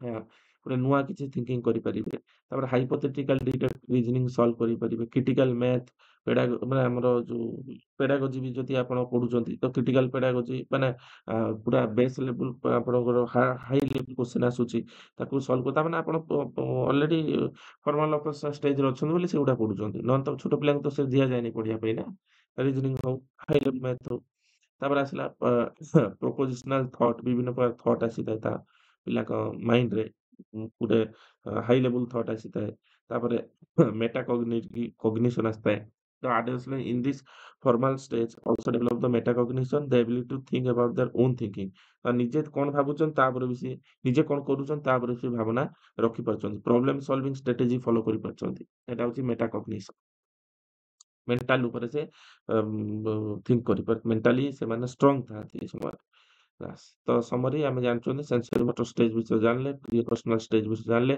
କଂକ୍ରିଟ ଅପରେସନାଲ ଷ୍ଟେଜ ବିଷୟରେ ଜାଣିଲେ ତାପରେ ହଉଛି ଫର୍ମାଲ ଅପରେସନାଲ ଷ୍ଟେଜ ବିଷୟରେ ଜାଣିଲେ ତାପରେ ପିଆଜେ କଣ କରିଛନ୍ତି ନା ଗୋଟେ କଗ୍ନିଟିଭ ଷ୍ଟ୍ରକ୍ଚର ଦେଇଛନ୍ତି ତ ଏଇ କ୍ୱେଶ୍ଚନ ଡିମାଣ୍ଡ ଥିଲା ଷ୍ଟେଜେସ୍ ବିଷୟରେ ତ ଆପଣଙ୍କୁ ଏକ୍ସଟ୍ରା ଇନଫର୍ମେସନ ଦୃଷ୍ଟିରୁ ଏଇଟା ବି ଦେଇଦେଲେ ଏଇଟା ବହୁତ ଇମ୍ପୋର୍ଟାଣ୍ଟ ତ କଗ୍ନିଟିଭ ଷ୍ଟ୍ରକ୍ଚର ଉପରେ ସେ ବି ଦେଇଛନ୍ତି କଗ୍ନିଟିଭ ଷ୍ଟ୍ରକ୍ଚର କଣ ନା ଆମେ ଯାହା ଚିନ୍ତା କରୁଛନ୍ତି କିପରି ସିରିଜରେ ଆମେ ଚିନ୍ତା କରୁଛନ୍ତି ଗୋଟେ ଷ୍ଟ୍ରକ୍ଚରରେ ଆମେ ଚିନ୍ତା କରୁଛନ୍ତି ଭାବୁଛନ୍ତି ବା କାମ କରୁଛନ୍ତି ପ୍ରୋସେସ କରୁଛନ୍ତି ଏଇଟା ହଉଛି କଣ ନା କଗ୍ନିଟିଭ ଷ୍ଟ୍ରକ୍ଚର ବୁଝଉଛି କଣ ନା ପ୍ରଥମେ ଆମେ ଜାଣିବା ସ୍କିମା କଣ ସ୍କିମାଟା ବୁଝି ରଖିଥାନ୍ତୁ ଏକ୍ଜିଷ୍ଟିଂ ନଲେଜ ବା ଚେମ୍ବର ଅଫ ଇନଫର୍ମେସନ କୁ ବୁଝଉଛି କଣ ନା ଆମର ସ୍କିମା ବୁଝଉଛି ଆସିମିଲେସନ କଣ ନା to add the new information ତ ଆମେ ଏଇ ଚେମ୍ବର ଅଫ ଇନଫର୍ମେସନ ନା add କରିଦେଲେ ଗୋଟେ ନୂଆ ଇନଫର୍ମେସନ ସେଟା ଆସିମିଲେସନ ହେଇଗଲା ତାପରେ ଯେତେବେଳେ ଏଟା ମଡିଫାଏ ହେଇଗଲା ତାକୁ ଏକୋମୋଡେସନ କହୁଛନ୍ତି ଟୁ ମଡିଫାଏ ଦ ଏକ୍ଜିଷ୍ଟିଂ ଇନଫର୍ମେସନ ଏଇଟା ନ୍ୟୁ ଇନଫର୍ମେସନ ଯେତେବେଳେ ଏଠି add କରିଦେଲେ ସେ add କରିବାଟା କୁହାଗଲା ଆସିମିଲେସନ ଯେତେବେଳେ add ହେଲା ପରେ ଏଇ ପୁରୁଣାଟା ଆଉ ଗୋଟେ ନୂଆ ରୂପ ନେଲା ସେଟାକୁ ଆମେ କହୁଛନ୍ତି ମୋଡିଫିକେସନ ଅଫ ଏକ୍ଜିଷ୍ଟିଂ ଇନଫର୍ମେସନ ଏଟାକୁ ମନେ ରଖିଥାନ୍ତୁ ଇକ୍ୱିଲିବ୍ରିୟମ କଣ ନା cognitive balancing of new information with older knowledge ତାମାନେ ଓଲ୍ଡର ନଲେଜ ସହିତ ଯଦି ନ୍ୟୁ ଇନଫର୍ମେସନ ଆଡ୍ କଲେ ଗୋଟେ ବାଲାନ୍ସ ଇକ୍ୱେସନ ହେଲା ବା ବାଲାନ୍ସିଂ ହେଲା ତାକୁ ଆମେ ଇକ୍ୱିଲିବ୍ରିୟମ କହୁଛନ୍ତି ଯଦି ଇମ୍ବାଲାନ୍ସ ହେଲା ମ୍ୟାଚ୍ ଖାଇଲାନି ତାମାନେ ଆମେ କହୁଛନ୍ତି ଏଟା କଣ ନା ଡିସଇକ୍ୱିଲିବ୍ରିୟମ ଆଉ ଏଇ ହୋଲ ପ୍ରୋସେସଟା ଏଇ ଯୋଉ ଚାଲିଲା ହୋଲ ପ୍ରୋସେସଟା ଆମେ ତାକୁ କହୁଛନ୍ତି କଣ ଆଡପ୍ଟେସନ ଏଟା ଗୋଟେ ନୂଆ ଜିନିଷ କିଛି ଆଡପ୍ଟ କରାଯାଉଛି they do this through the assimilation accommodation equilibration child learn the by adjusting the world ରେ adjust କରିବାକୁ ଶିଖି ଯାଇଥାଏ ତ ସେଇଟା କୁହାଯାଉଛି କଣ ଆଡପ୍ଟେସନ ବୋଲି ତ ହୋଲ ପ୍ରୋସେସଟାକୁ ହିଁ ଆଡପ୍ଟେସନ ବୋଲି ଆମେ କହିଲେ ତ ୟାର ଗୋଟେ ଡାଇଗ୍ରାମ ଅଛି ଆମେ ଜାଣିବାକୁ ଚେଷ୍ଟା କରିବା ତ ପ୍ରଥମେ ହଉଛି ଏଠି ସ୍କିମା ରହିବ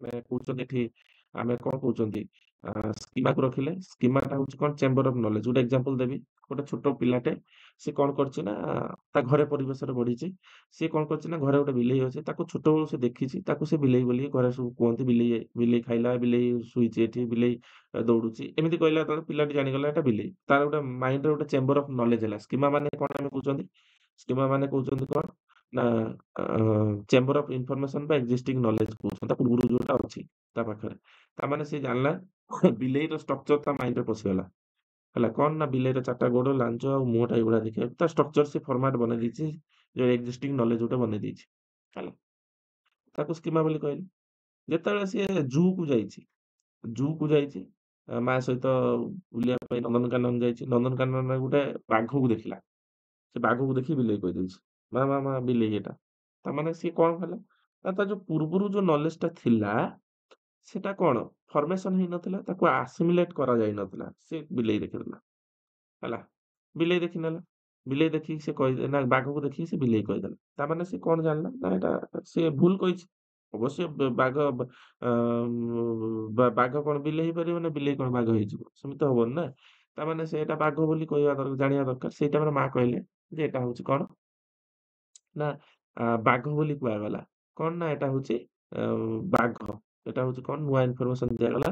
ଏଟା ହଉଛି କଣ ନା ବାଘ। ବାଘ ପିରିୟଡ ଦିଆଗଲା ହେଲା। ତ ସିଏ ସିଏ ତା ମାଇଣ୍ଡରେ ଗୋଟେ କନସେପ୍ଟ କ୍ଲିୟର ହେଲା ଯେ ଏଟା ହଉଛି ଆସିମିଲେଟ ନ୍ୟୁ ଇନଫର୍ମେସନଟା ଏଡ୍ ହେଇଗଲା। ଏଡ୍ ହେଇଗଲା ପରେ ତାକୁ ଆମେ କହୁଛନ୍ତି କଣ ନା ସିଏ ସେଠି ଜାଣିଗଲା ଏଟା ବାଘ। ତାମାନେ ବିଲେଇ ଟିକେ ଛୋଟ ଥାଏ, ବାଘ ଆଉ ଟିକେ ତାଠାରୁ ବଡ ଥାଏ। ତାମାନେ ଏଟା ଆସିମିଲେଟ କଲା ସେ ଜିନିଷଟା ନ୍ୟୁ ଜିନିଷଟା ଏଡ୍ କରାଗଲା ତା ମାଇଣ୍ଡରେ। ପୁଣି କିଛି ବାଟ ଗଲା ପରେ ଆଉ ଗୋଟେ ଦେଖିଲା ସିଏ ସିଂହ। ସିଂହକୁ ସିଏ ଯଦି ମାନେ ସରି ଆଉ କିଛି ବାଟ ଗଲା ପରେ ଆଉ ଗୋଟେ ବାଘ ଦେଖିଲା ଜୁରେ ଆଉ ଗୋଟେ ବାଘ ଅଛି, ଧଳା ବାଘ ଅଛି। ତାକୁ ସେ ଦେଖିଲା ତାକୁ ଦେଖିଲା ଯେ ଏଟା କଣ? ଏଟା ଯୋଉ ନ୍ୟୁ ଇନଫର୍ମେସନ ଟା ଦିଆ ହେଇଥିଲା ସେଥିରେ ବାଘଟା ବଡ ସାଇଜ ଥିଲା, ବିଲେଇ ଭଳିଆ ଦେଖା ବି ହଉଥିଲା। ତାମାନେ ଏଟା ବାଘ ତ ହଁ ବାଘ। ବାଘ ଯଦି କହିଥିଲା ତାମାନେ ଇକ୍ୱେଲେସନ ହେଇଗଲା।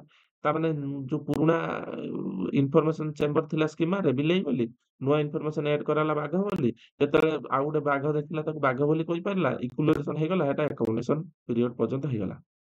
ଯଦି ସେ ସଙ୍ଗେ ସଙ୍ଗେ ସିଂହ ଦେଖିଛି, ସିଂହକୁ ବି ବାଘ କହିଦେଇଛି। ଗୋଟେ ନ୍ୟୁ ସିଚୁଏସନ ଆସିଲା। ସିଂହ ଦେଖିନେଇଛି। ସିଂହଟା ବି ତ ବିଲେଇ ଭଳିଆ କି ବାଘ ଭଳିଆ ଟିକେ ଦେଖାଯାଉଛି। ତ ସିଂହକୁ ବି ବାଘ କହିଦେଇଛି। ତାମାନେ ଏଟା ଡିସଇକ୍ୱିଲିବ୍ରିୟମ ହେଇଗଲା। ତାମାନେ ସେ ପୁଣି ନୂଆ ଆସିମିଲେସନ ପିରିୟଡକୁ ଆସିବ। ସେଠି ତା ମା କହିବ ନା ଏଟା ହଉଛି ସିଂହ। ପୁଣି ଗୋଟେ ସିଂହ ଦେଖିବ, ତାକୁ ଇକ୍ୱିଲିବ୍ରିୟମ କରିକି ଆକମୋଡେସନକୁ ଆସିବ। That is the structure of mind. ଏଇଭଳିଆ ଆମ ମାଇଣ୍ଡଟା ଚାଲିଥାଏ ଛୋଟ ପିଲା ଅବସ୍ଥାରେ। ଆମେ ନୂଆ ଜିନିଷ ଦେଖିଲେ, ଆମେ ନୂଆ ଜିନିଷ ଯେତେ ବଡ ହେଲା ପରେ ବି ଆପଣ ଦେଖୁଛନ୍ତି ଆପଣ କଣ କରୁଛନ୍ତି ନା ବିଭିନ୍ନ ପ୍ରକାର ଫଳ ଅଛି। ଯେପରିକି ଆପଣଙ୍କର କାଶ୍ମୀର ଯିବେ ବା ଯିବେ ଗୋଟେ ଟମାଟୋ ଭଳିଆ ଗୋଟେ ଫଳ ମିଳେ, ଭାରି ମିଠା ଖାଇବାକୁ ମିଳେ। ସେଟାକୁ ଆପଣ ପରିବା ଫଳ ଭେଣ୍ଡରରେ ଦେଖିବେ କହିବେ ଏଟା ବିଲାତି କଣ ବିକିଲାଣି। ତ ଷ୍ଟ୍ରକ୍ଚର ଅଫ ମାଇଣ୍ଡ ଆପଣ ମାଇଣ୍ଡଟା ଆଗରୁ ବିଲାତି କନସେପ୍ଟଟା ଅଛି। ତ ସେ ନୂଆ ଫଳଟା ବିଲାତି ପରିକା ଦେଖିଲା ମାନେ ଆମେ କହୁଛନ୍ତି। ଯେମିତି ଫୁଲକୋବି ଅଛି। ଫୁଲକୋବି ଅଛି, ଗୋଟେ ବ୍ରୋକଲି ଅଛି। ହଁ, ତ ଆପଣ ଫୁଲକୋବି ଦେଖିକି କହୁଛନ୍ତି, ବ୍ରୋକଲିକି ଦେଖି ଫୁଲକୋବି କହିଦଉଛନ୍ତି। ନା ଏଟା ହଉଛି ବ୍ରୋକଲି, ତାର ନାଁଟା ଅଲଗା ହେଲା। ତେଣୁ ୟା ଭିତରେ ଫରକ ଅଛି। ତ ଏଟା ଯୋଉଟା ଆମେ କହୁଛନ୍ତି ଆସିମିଲେସନ ଆଉ ଆକୋମୋଡେସନ ପିରିୟଡ ମାଧ୍ୟମରେ ଏଟା ଗତି କରିବ ଏଇ ପ୍ରୋସେସରେ। ଆଉ ଏଇ ହୋଲ ପ୍ରୋସେସକୁ ଆମେ କହୁଛନ୍ତି କଣ? ଆଡାପ୍ଟେସନ ବୋଲି ଆମେ କହୁଛନ୍ତି। ଏଟାକୁ ମନେ ରଖିଥିବେ। ଏଇ ପ୍ରୋସେସଟା ଏଟା ବହୁତ ଇମ୍ପୋର୍ଟାଣ୍ଟ କନସେପ୍ଟ। ତ ଇଏ ଥିଲା ଆପଣଙ୍କର ପିଆଜେଙ୍କର ଯେକି ଆମର କନସେପ୍ଟ ବା ଥିଓରି। ତ ଆମେ ଆସିବା ନେକ୍ସଟ କ୍ୱେଶ୍ଚନକୁ। ଏବେ ଆମେ ନେକ୍ସଟ ଜାଣିବା explain the Erikson psychosocial theory of development right is the educational implication. ତ ଆମେ ଜାଣିବା ଏରିକ୍ସନଙ୍କର ଯୋଉ ସାଇକୋସୋସିଆଲ ଥିଓରି ଅଛି ତା ବିଷୟରେ ଆମେ ଜାଣିବା। ତ ଏରିକ୍ସନ ଯୋଉ ସାଇକୋସୋସିଆଲ ଥିଓରି ଦେଇଛନ୍ତି, this theory develop is one of the most influential theory in the field of psychology of education building a work of Sigmund ଫ୍ରୁଏଡଙ୍କର ଯୋଉ ୱାର୍କ ଉପରେ ସେ କାମ କରିଥିଲେ। ତ Erikson develop a comprehensive model of human development and that the span of entire life span ଉପରେ ସେ ଥିଓରିଟା ଦେଇଛନ୍ତି। ଆମେ ଥିଓରିଟା ଭଲ ଭାବରେ ବୁଝିବା। Erikson proposed that individual face the series of 8 psychosocial crises and challenges। ତ ସାଇକୋସୋସିଆଲ କ୍ରାଇସିସ ରେ ପଡେ ଆଉ ଚ୍ୟାଲେଞ୍ଜେସ କୁ ଫେସ୍ କରେ। ତାପରେ ସିଏ କିଛି ଭାର୍ଚୁ ଡେଭଲପ କରିଥାଏ। And this crisis shape personality and crucial personal growth of social function କୁ ବୁଝଉଛି। ସାମାଜିକ ରହୁଛି। ସାମାଜିକ ସ୍ତରରେ ଯୋଉ ଆମର ଚାଲିଚଳନ ଥାଏ ବା ଯୋଉ ପ୍ରୋସେସ ଥାଏ, ସେଇ ପ୍ରୋସେସକୁ ବୁଝଉଛି, ଯୋଉଟାକି ସାଇକୋସୋସିଆଲ ଥିଓରି ବୋଲି ଆମେ କହୁଛନ୍ତି ହେଲା। ଯୋଉ ମେଣ୍ଟାଲ ପ୍ରୋସେସ ସୋସାଇଟିରେ କିପରି କରିବା। So Erikson theory emphasizes that interaction between the individual and the social environment and asserting that the social relationship cultural factor play the significant role in development. Each stage of Erikson theory represent the turning point of development where the individual must resolve the conflict that the impact that the overall psychological health କୁ ବୁଝଉଛି। ତାମାନେ ଗୋଟେ ମଣିଷର overall psychological impact କୁ ଏଇ ଥିଓରିରେ କୁହାଯାଇଛି। This resolution each crisis lead to the development and virtue and staying that the will solve the fundamental and future challenges। ତାମାନେ ଯେତେବେଳେ ଏଇଟା ଷ୍ଟେଜ ଦେଇ ଗତି କରୁଛି, କୌଣସି କ୍ରାଇସିସରେ ପଡୁଛି, ସେ କ୍ରାଇସିସରୁ ନିଜେ କିପରି ତାର ଭର୍ଚୁ ଡେଭଲପ କରୁଛି ଆଉ କିପରି ନିଜକୁ ଡେଭଲପ କରିପାରୁଛି। ତ ପ୍ରଥମେ ଆମେ ଜାଣିବା ଯେ ଏରିକ୍ସନର ଷ୍ଟେଜେସ୍ ଗୁଡାକ ଆମେ ଜାଣିବାକୁ ଚେଷ୍ଟା କରିବା ହେଲା। ତ ପ୍ରଥମ ଷ୍ଟେଜ ହଉଛି ଟ୍ରଷ୍ଟ ଭର୍ସେସ ମିସଟ୍ରଷ୍ଟ, ଯୋଉଟା କି ଆମେ ଟ୍ରଷ୍ଟ କହୁଛନ୍ତି, ଆଉ ଗୋଟେ ହଉଛି ମିସଟ୍ରଷ୍ଟ କହୁଛନ୍ତି। ଏଟା ହଉଛି ଇନଫାନ୍ସି ବା ବର୍ଥରୁ ଇନଫାନ୍ସି ପିରିୟଡରେ ବା ବର୍ଥରୁ 1 ଇୟର ପର୍ଯ୍ୟନ୍ତ ଏଟା ଚାଲିଥାଏ। ଏଟା ମନେ ରଖିଥିବେ, ବର୍ଥରୁ 1 ଇୟର ପର୍ଯ୍ୟନ୍ତ ଚାଲେ, ଯୋଉଟା ଇନଫାନ୍ସି ପିରିୟଡରେ ହୁଏ। ଟ୍ରଷ୍ଟ ଆଉ ମିସଟ୍ରଷ୍ଟ କଣ? ଯେମିତିକି ଆମେ କହୁଛନ୍ତି ଏଇ ବୟସରେ ପିଲାମାନେ ତା ପ୍ୟାରେଣ୍ଟାଲ କେୟାର ଯୋଉମାନେ କରୁଥିବେ, ଯେ ସେମାନଙ୍କୁ ସିଏ କଣ କରିବେ, ଟ୍ରଷ୍ଟ କରିପାରିବେ। ଆଉ ଷ୍ଟ୍ରେଞ୍ଜର ଆସିଲେ ସେ ମିସଟ୍ରଷ୍ଟ କରିବେ, ତାଙ୍କ ପାଖକୁ ଯିବେନି, ସେ କାନ୍ଦିବେ। ତ ଏଇ ପ୍ରକାର ସୋସିଆଲ ନେଚର ତାଙ୍କ ଭିତରେ ଡେଭଲପ ହୋଇଥାଏ। This first stage center the development of trust. Infant depend upon the caregivers. Caregivers ଉପରେ ସିଏ ଡିପେଣ୍ଡେଣ୍ଟ ଥାନ୍ତି, ତ ସେମାନେ ତ କେୟାର ନେଇଥାନ୍ତି, ତାକୁ ହିଁ ସେ କମ୍ଫର୍ଟ ଫିଲ୍ କରିଥାନ୍ତି। Caregivers provide the consistent care and child develop the sense of trust. ତାଙ୍କ ଉପରେ ଗୋଟେ ଟ୍ରଷ୍ଟ କରିଥାନ୍ତି, ତ ସିଏ ଧରିଲା ମାନେ ସେ କାନ୍ଦିବେ ନାହିଁ। ଦେଖିବେ ଷ୍ଟ୍ରେଞ୍ଜର ଧରିଥିବେ କାନ୍ଦୁଥିବେ, କିନ୍ତୁ ମା କତିକି ପଳେଇବ, ସେ ଚୁପ୍ ହେଇଯିବ। ତ ଏଇ ପ୍ରକାର କଥା ଅଛି। ତ conversely inconsistent and neglectful care lead to the mistrust. ତାମାନେ ତାଙ୍କୁ କେୟାର କରିବାରେ ଯଦି ଆମେ ନେଗଲେକ୍ଟ କରିବା, ତାଙ୍କୁ ଠିକ ଟାଇମରେ ଖାଇବାକୁ ଦେବାନି, ଫିଡ୍ କରାଇବାନି, ତ ସେମାନେ ସେ ଟ୍ରଷ୍ଟ କରିବା ଛାଡ଼ିଦେବେ। ରେଜଲ୍ଟିଂ ଦ ଫିଅର, ତାଙ୍କୁ ଡରିବାକୁ ଲାଗିବେ, ସସ୍ପିସିୟସ୍ ବୋଲି ଭାବିବେ, and doubt about the other, doubt କରିବାକୁ ଲାଗିବେ। ତ ଭାର୍ଚୁ ଡେଭଲପ ହବ ହୋପ୍। ହୋପ୍ ମାନେ କଣ? ଯେତେବେଳେ ଟ୍ରଷ୍ଟ କରିବେ, ଟ୍ରଷ୍ଟ କରିବା ଆରମ୍ଭ ହବ, ସେତେବେଳେ ଭାର୍ଚୁ ଗୋଟେ ଡେଭଲପ ହବ, ତା ନାଁ ହଉଛି ହୋପ୍ ବୋଲି ଆମେ କହୁଛନ୍ତି। ଏ ବିଷୟରେ ଆମେ ଜାଣିଗଲେ। ଏଜୁକେସନାଲ ଇମ୍ପ୍ଲିକେସନ କଣ? ନା ଆମେ ଯେତେବେଳେ ଏଇ ଯୋଉ ଏଜୁକେସନାଲି ଆମେ ଜାଣିଲେ ଯେ ଛୋଟ ପିଲାଙ୍କ ଅବସ୍ଥାରେ ଆମେ ତାଙ୍କୁ ଭଲ ନ୍ୟୁଟ୍ରିସନ ଖାଇବାକୁ ଦବା, ସେଫ୍ ଫିଲ୍ କରିବା, ଏଇଟା ହଉଛି ଏଜୁକେସନାଲ ଇମ୍ପ୍ଲିକେସନ। ତାପରେ ଆସିଲା ଆଉ ଗୋଟେ stages, autonomy versus shame and doubt. Early ଚାଇଲ୍ଡହୁଡରେ ହୋଇଥାଏ, ଯୋଉଟା କି ଆମର 1 ରୁ 3 ବର୍ଷ ପର୍ଯ୍ୟନ୍ତ ଏଟା ଚାଲିଥାଏ। ଏଟା ମନେ ରଖିଥାନ୍ତୁ। In this stage, toddler, ଆମେ କହୁଛନ୍ତି ଷ୍ଟେଜ ଟୋଡଲର କହୁଛନ୍ତି, begin to assert their the independence କରିବାକୁ ସେ ଚାହିଁଥାନ୍ତି। exploring the environment and developing the motor skill, କିଛି motor skill କରିଥାନ୍ତି। successfully resolution the stage involve the learning to do the things of oneself। ତାମାନେ ଯଦି successfully ସେ କିଛି କରନ୍ତି, ତାକୁ ଯଦି ସୁବିଧା ମିଳେ, ତାମାନେ ସେ କୌଣସି କାମ ନିଜେ କରିବାକୁ ଶିଖି ଯାଇଥାନ୍ତି। such as the dressing, feeding, over controlling caregivers can be create the feeling of shame and doubt in the children। ତାମାନେ ଓଭର ରିଏକ୍ଟ କରିବା, ଓଭର କେୟାର କରିବା, ଯାହା ଦ୍ୱାରା ପିଲାମାନେ ସେଟା ପସନ୍ଦ କରୁନଥାନ୍ତି। ଯେପରିକି ତ ପିଲାଟେ ଗୋଟେ ପାଣି ଖେଳୁଥିବ, ପାଣି ହେଇଯାଉଛି, ତାକୁ ଯଦି ଆମେ ଗାଳି ଦବା ଏଇ ସମୟରେ, ସିଏ ସେମ୍ ଫିଲ୍ କରିବ। ତାକୁ ମାନେ ତାମାନେ ସେଇ କାମଟା କରିବାକୁ ଦବାନି। ଯଦି ପିଲାଟି ନିଜେ କିଛି କରିବାକୁ ଚାହୁଁଛି, ସାଇକେଲ ଚଲେଇବାକୁ ଚାହୁଁଛି, ବା କିଛି ଗୋଟେ ନିଜେ କାମ କରିବାକୁ ଚାହୁଁଛି, ପାଣି ଗ୍ଲାସ ଆଣିବାକୁ ଚାହୁଁଛି, ହଁ, ତ ସିଏ ସେଟାକୁ ଆମେ କରିବାକୁ ଛାଡିବା। ତାକୁ ଡରେଇବାନି ଯେ ତୁ ଏଟା ପାରିବୁନି, ଏଟା ତୋ ଦ୍ୱାରା ହବନି। କି ମାର୍କେଟ ଯାଉଛି, କି ମେଳା ଯାଉଛି, କିଛି କ୍ଷେତ୍ରରେ ଏକୁଟିଆ କିଛି କରିବାକୁ ଚାହୁଁଛି, ତାମାନେ ତାକୁ ଆମେ ଯଦି ବନ୍ଦ କରିବା, ତାକୁ ଓଭର କେୟାର କରିବାକୁ ଚେଷ୍ଟା କରିବା, ସେ ତାକୁ ସେମ୍ ବା ଡାଉଟ୍ ବୋଲି ଭାବିବ। ତ ଅଟୋନୋମି ତାକୁ ମିଳିଲା, ତା ପାଖରେ ଗୋଟେ ଭାର୍ଚୁ ଡେଭଲପ ହବ, ତା ନାଁ ହଉଛି ୱିଲ୍ ପାୱାର। ଗୋଟେ ଇଚ୍ଛା ଶକ୍ତି ପ୍ରବଳ ଡେଭଲପ ହବ। ତାମାନେ ଆମେ ଜାଣିଗଲେ ଏଇ ଷ୍ଟେଜରେ ପିଲାମାନଙ୍କ ସହିତ ଆମେ ଯଦି ଡିଲ୍ କରୁଛନ୍ତି ଆଜ୍ ଏ ଟିଚର, ତ ଆମମାନଙ୍କୁ ପିଲାମାନଙ୍କୁ ଏନକରେଜ କରିବାକୁ ପଡିବ। ମନେ ରଖିଥାନ୍ତୁ, ଏନକରେଜ କରିବାକୁ ପଡିବ, ତାକୁ ଅଟୋନୋମି ଦେବାକୁ ପଡିବ, ହେଲା। ହଁ, ବାସ୍। ତ ନେକ୍ସଟ ଆମେ 3 ନମ୍ବର କ୍ୱେଶ୍ଚନ ବା ପଏଣ୍ଟକୁ ଯିବା। Initiative and guilt. ଏଟା ପ୍ରି ସ୍କୁଲ ହେଇଥାଏ, ଯେତେବେଳେ ସ୍କୁଲ ସେମାନେ ଆଟେଣ୍ଡ କରନ୍ତି, ଯୋଉଟା କି ହଉଛି 3 ରୁ 6 ଇୟର ପର୍ଯ୍ୟନ୍ତ ଏଟା ଚାଲେ। ଇନିସିଏଟିଭ ଏଣ୍ଡ ଗିଲ୍ଟ ବିଷୟରେ ଆମେ ଜାଣିବା। ତ a child begin to assert more control over their world and they start to planning activities, making decision and take the initiative various aspect of life. And positive reinforcement of their initiative helps to develop the sense of leadership. And however they are the initiative discouraged, children may experience guilt, lead to the lack of confidence and their ability। ଯଦି ପିଲା କିଛି ନିଜେ ଧର ଗୋଟେ କ୍ଲାସରେ ପିଲାଙ୍କୁ ପଢା ଯାଉଛି, ନିଜେ କିଛି ପିଲା ପ୍ଲାନିଂ କରିଛି, ନିଜେ କିଛି ଗୋଟେ ଟପିକଟାକୁ ରିପ୍ରେଜେଣ୍ଟ କରିବାକୁ ଚାହୁଁଛି, ବା ନିଜେ କିଛି ଗୋଟେ କରିବାକୁ ଚାହୁଁଛି, ତ ସେଇ ଜାଗାରେ ଯଦି ଆମେ ତା ଡିସିସନକୁ ନ ମାନିଲେ, ବା ତା ଡିସିସନକୁ ଆମେ ଆକ୍ସେପ୍ଟ ନ କଲେ, ଡିସିସନକୁ ଆମେ ଅପୋଜ କଲେ, ତାଙ୍କ ଭିତରେ ଗିଲ୍ଟ ଫିଲ୍ ହବ, ଆଉ ତାଙ୍କ ପାଖରେ ଯୋଉ ଲିଡରସିପ କ୍ୱାଲିଟିଟା ଲେକ୍ ହେଇଯିବ, ଆଉ ତାଙ୍କର ଏବିଲିଟିଟା ଆଉ କରିବେନି। କାରଣ ଆଉ ଥରେ ସେଇ କାମଟା କରିବାକୁ ସେ ଚାହିଁବେନି, କାହିଁକିନା ତାଙ୍କୁ ପନିଶମେଣ୍ଟ ମିଳୁଛି, ବା ତାଙ୍କୁ ଗାଳି ମିଳୁଛି, ବା ତାଙ୍କୁ ସପୋର୍ଟ ମିଳୁନାହିଁ, ଯାହାଫଳରେ ସେ ଗିଲ୍ଟ ଫିଲ୍ କରନ୍ତି। ଯଦି ତାଙ୍କୁ ସେଇଟା ସୁବିଧା ଦବା, ତାମାନେ ତାଙ୍କ ଭିତରେ ଇନିସିଏଟିଭ୍ସ ଆସିବ, ଯୋଉଟା କି ଗୋଟେ ଭାର୍ଚୁ ଡେଭଲପ ହବ, ତାମାନେ ହଉଛି ପର୍ପୋଜ, କିଛି କରିବାର ସେ ଯୋଜନା ବନେଇ ପାରିବେ। ତ ଏଠି ଆମେ ଯେତେବେଳେ ପିଲାଙ୍କ ସହିତ ଡିଲ୍ କରୁଛନ୍ତି, ତାଙ୍କୁ ଅପରଚ୍ୟୁନିଟିଜ ଦବା, ତାଙ୍କୁ ବିଭିନ୍ନ ଡିସିସନ ମେକିଂ କରିବା ପାଇଁ ଟାସ୍କ ଦବା, ତ ୟା ଦ୍ୱାରା ପିଲାମାନେ କଣ କରିପାରିବେ, ତାଙ୍କର ପର୍ପୋଜଟା ଡେଭଲପ ହେଇପାରିବ। ତାପରେ ଆସିଲା ଇଣ୍ଡଷ୍ଟ୍ରି ଭର୍ସେସ ଇନଫିନିଟି କଣ? ସ୍କୁଲ ଏଜକୁ ଗଲେ 6 ରୁ 12 ବର୍ଷ ପିଲାଙ୍କର ହେଇଯାଇଛି, ସେ ସ୍କୁଲକୁ ଗଲେ, ପ୍ରି ସ୍କୁଲ ପରେ, ତ ଏଇ ସମୟରେ ଦିଟା ଜିନିଷ ଆସୁଛି। ଗୋଟେ ହଉଛି ଇଣ୍ଡଷ୍ଟ୍ରି, ଯଦି ନହେଲା ଇନଫିନିଟି ଫିଲ୍ କରିବେ। କଣ? In this stage characterized by the child, increase the involving school and learning activity ରେ ସେମାନେ involved ରହିବେ। Success in this phase result from the ability to develop the skill। ବିଭିନ୍ନ ପ୍ରକାର ସ୍କିଲ୍ ଡେଭଲପ୍ କରୁଛନ୍ତି ସେମାନେ। ଯେତେବେଳେ ସ୍କିଲ୍ ଡେଭଲପ୍ କରୁଛନ୍ତି ତ ସେ ଜାଗାରେ ତାଙ୍କ ଭିତରେ ଗୋଟେ ସକ୍ସେସଫୁଲନେସ୍ ଥିଙ୍କିଂ ଆସିବ। କମ୍ପ୍ଲିଟ୍ ଦ ଟାସ୍କ କେମିତି କମ୍ପ୍ଲିଟ୍ କରିବେ। ଯଦି ଫେଲୁଅର ହେଲେ ଦ ଏକ୍ସପେକ୍ଟେସନ ରିପିଟେଡ୍ ଫେଲୁଅର ଯଦି ତାକୁ ଇନଫେରିଟି ଫିଲ୍ ହବ।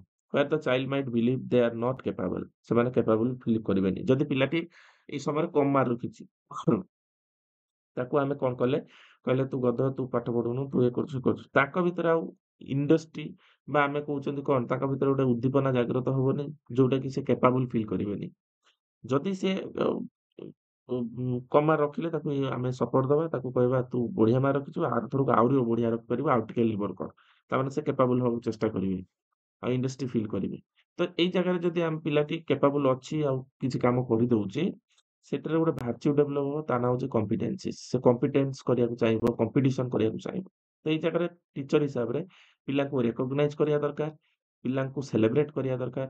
ଯଦି କମ୍ ମାର୍କ ରଖିଛି ତାକୁ ସେଲିବ୍ରେଟ କରିବା ତୁ ରଖିଛୁ ଭଲ ରଖିଛୁ କିନ୍ତୁ ଆଉ ଟିକେ ଡେଭଲପ ହବ ତୁ ଏଇଟା କର। ତ ଏଇ ହିସାବରେ ଆମେ ପିଲାଙ୍କ ଟ୍ୟାଲେଣ୍ଟକୁ ଫିଡବ୍ୟାକ୍ ହିସାବରେ ଆମେ ପଜିଟିଭ ଲର୍ଣ୍ଣିଂ ଏନଭାରନମେଣ୍ଟ ଦେଇକି ଆମେ ସେଟିଂ କରିପାରିବା ପିଲାଙ୍କୁ ଡେଭଲପ କରିପାରିବା। ଏଇଟା ହଉଛି ସାଇକୋ ସୋସିଆଲ ଥିଓରି ଏରିକ୍ସନଙ୍କର ଏଇ ଷ୍ଟେଜେସ୍ ମାଧ୍ୟମରେ ଆମେ ଡେଭଲପ କରିପାରିବା। ତାପରେ ଆସିଲା identity and role confusion.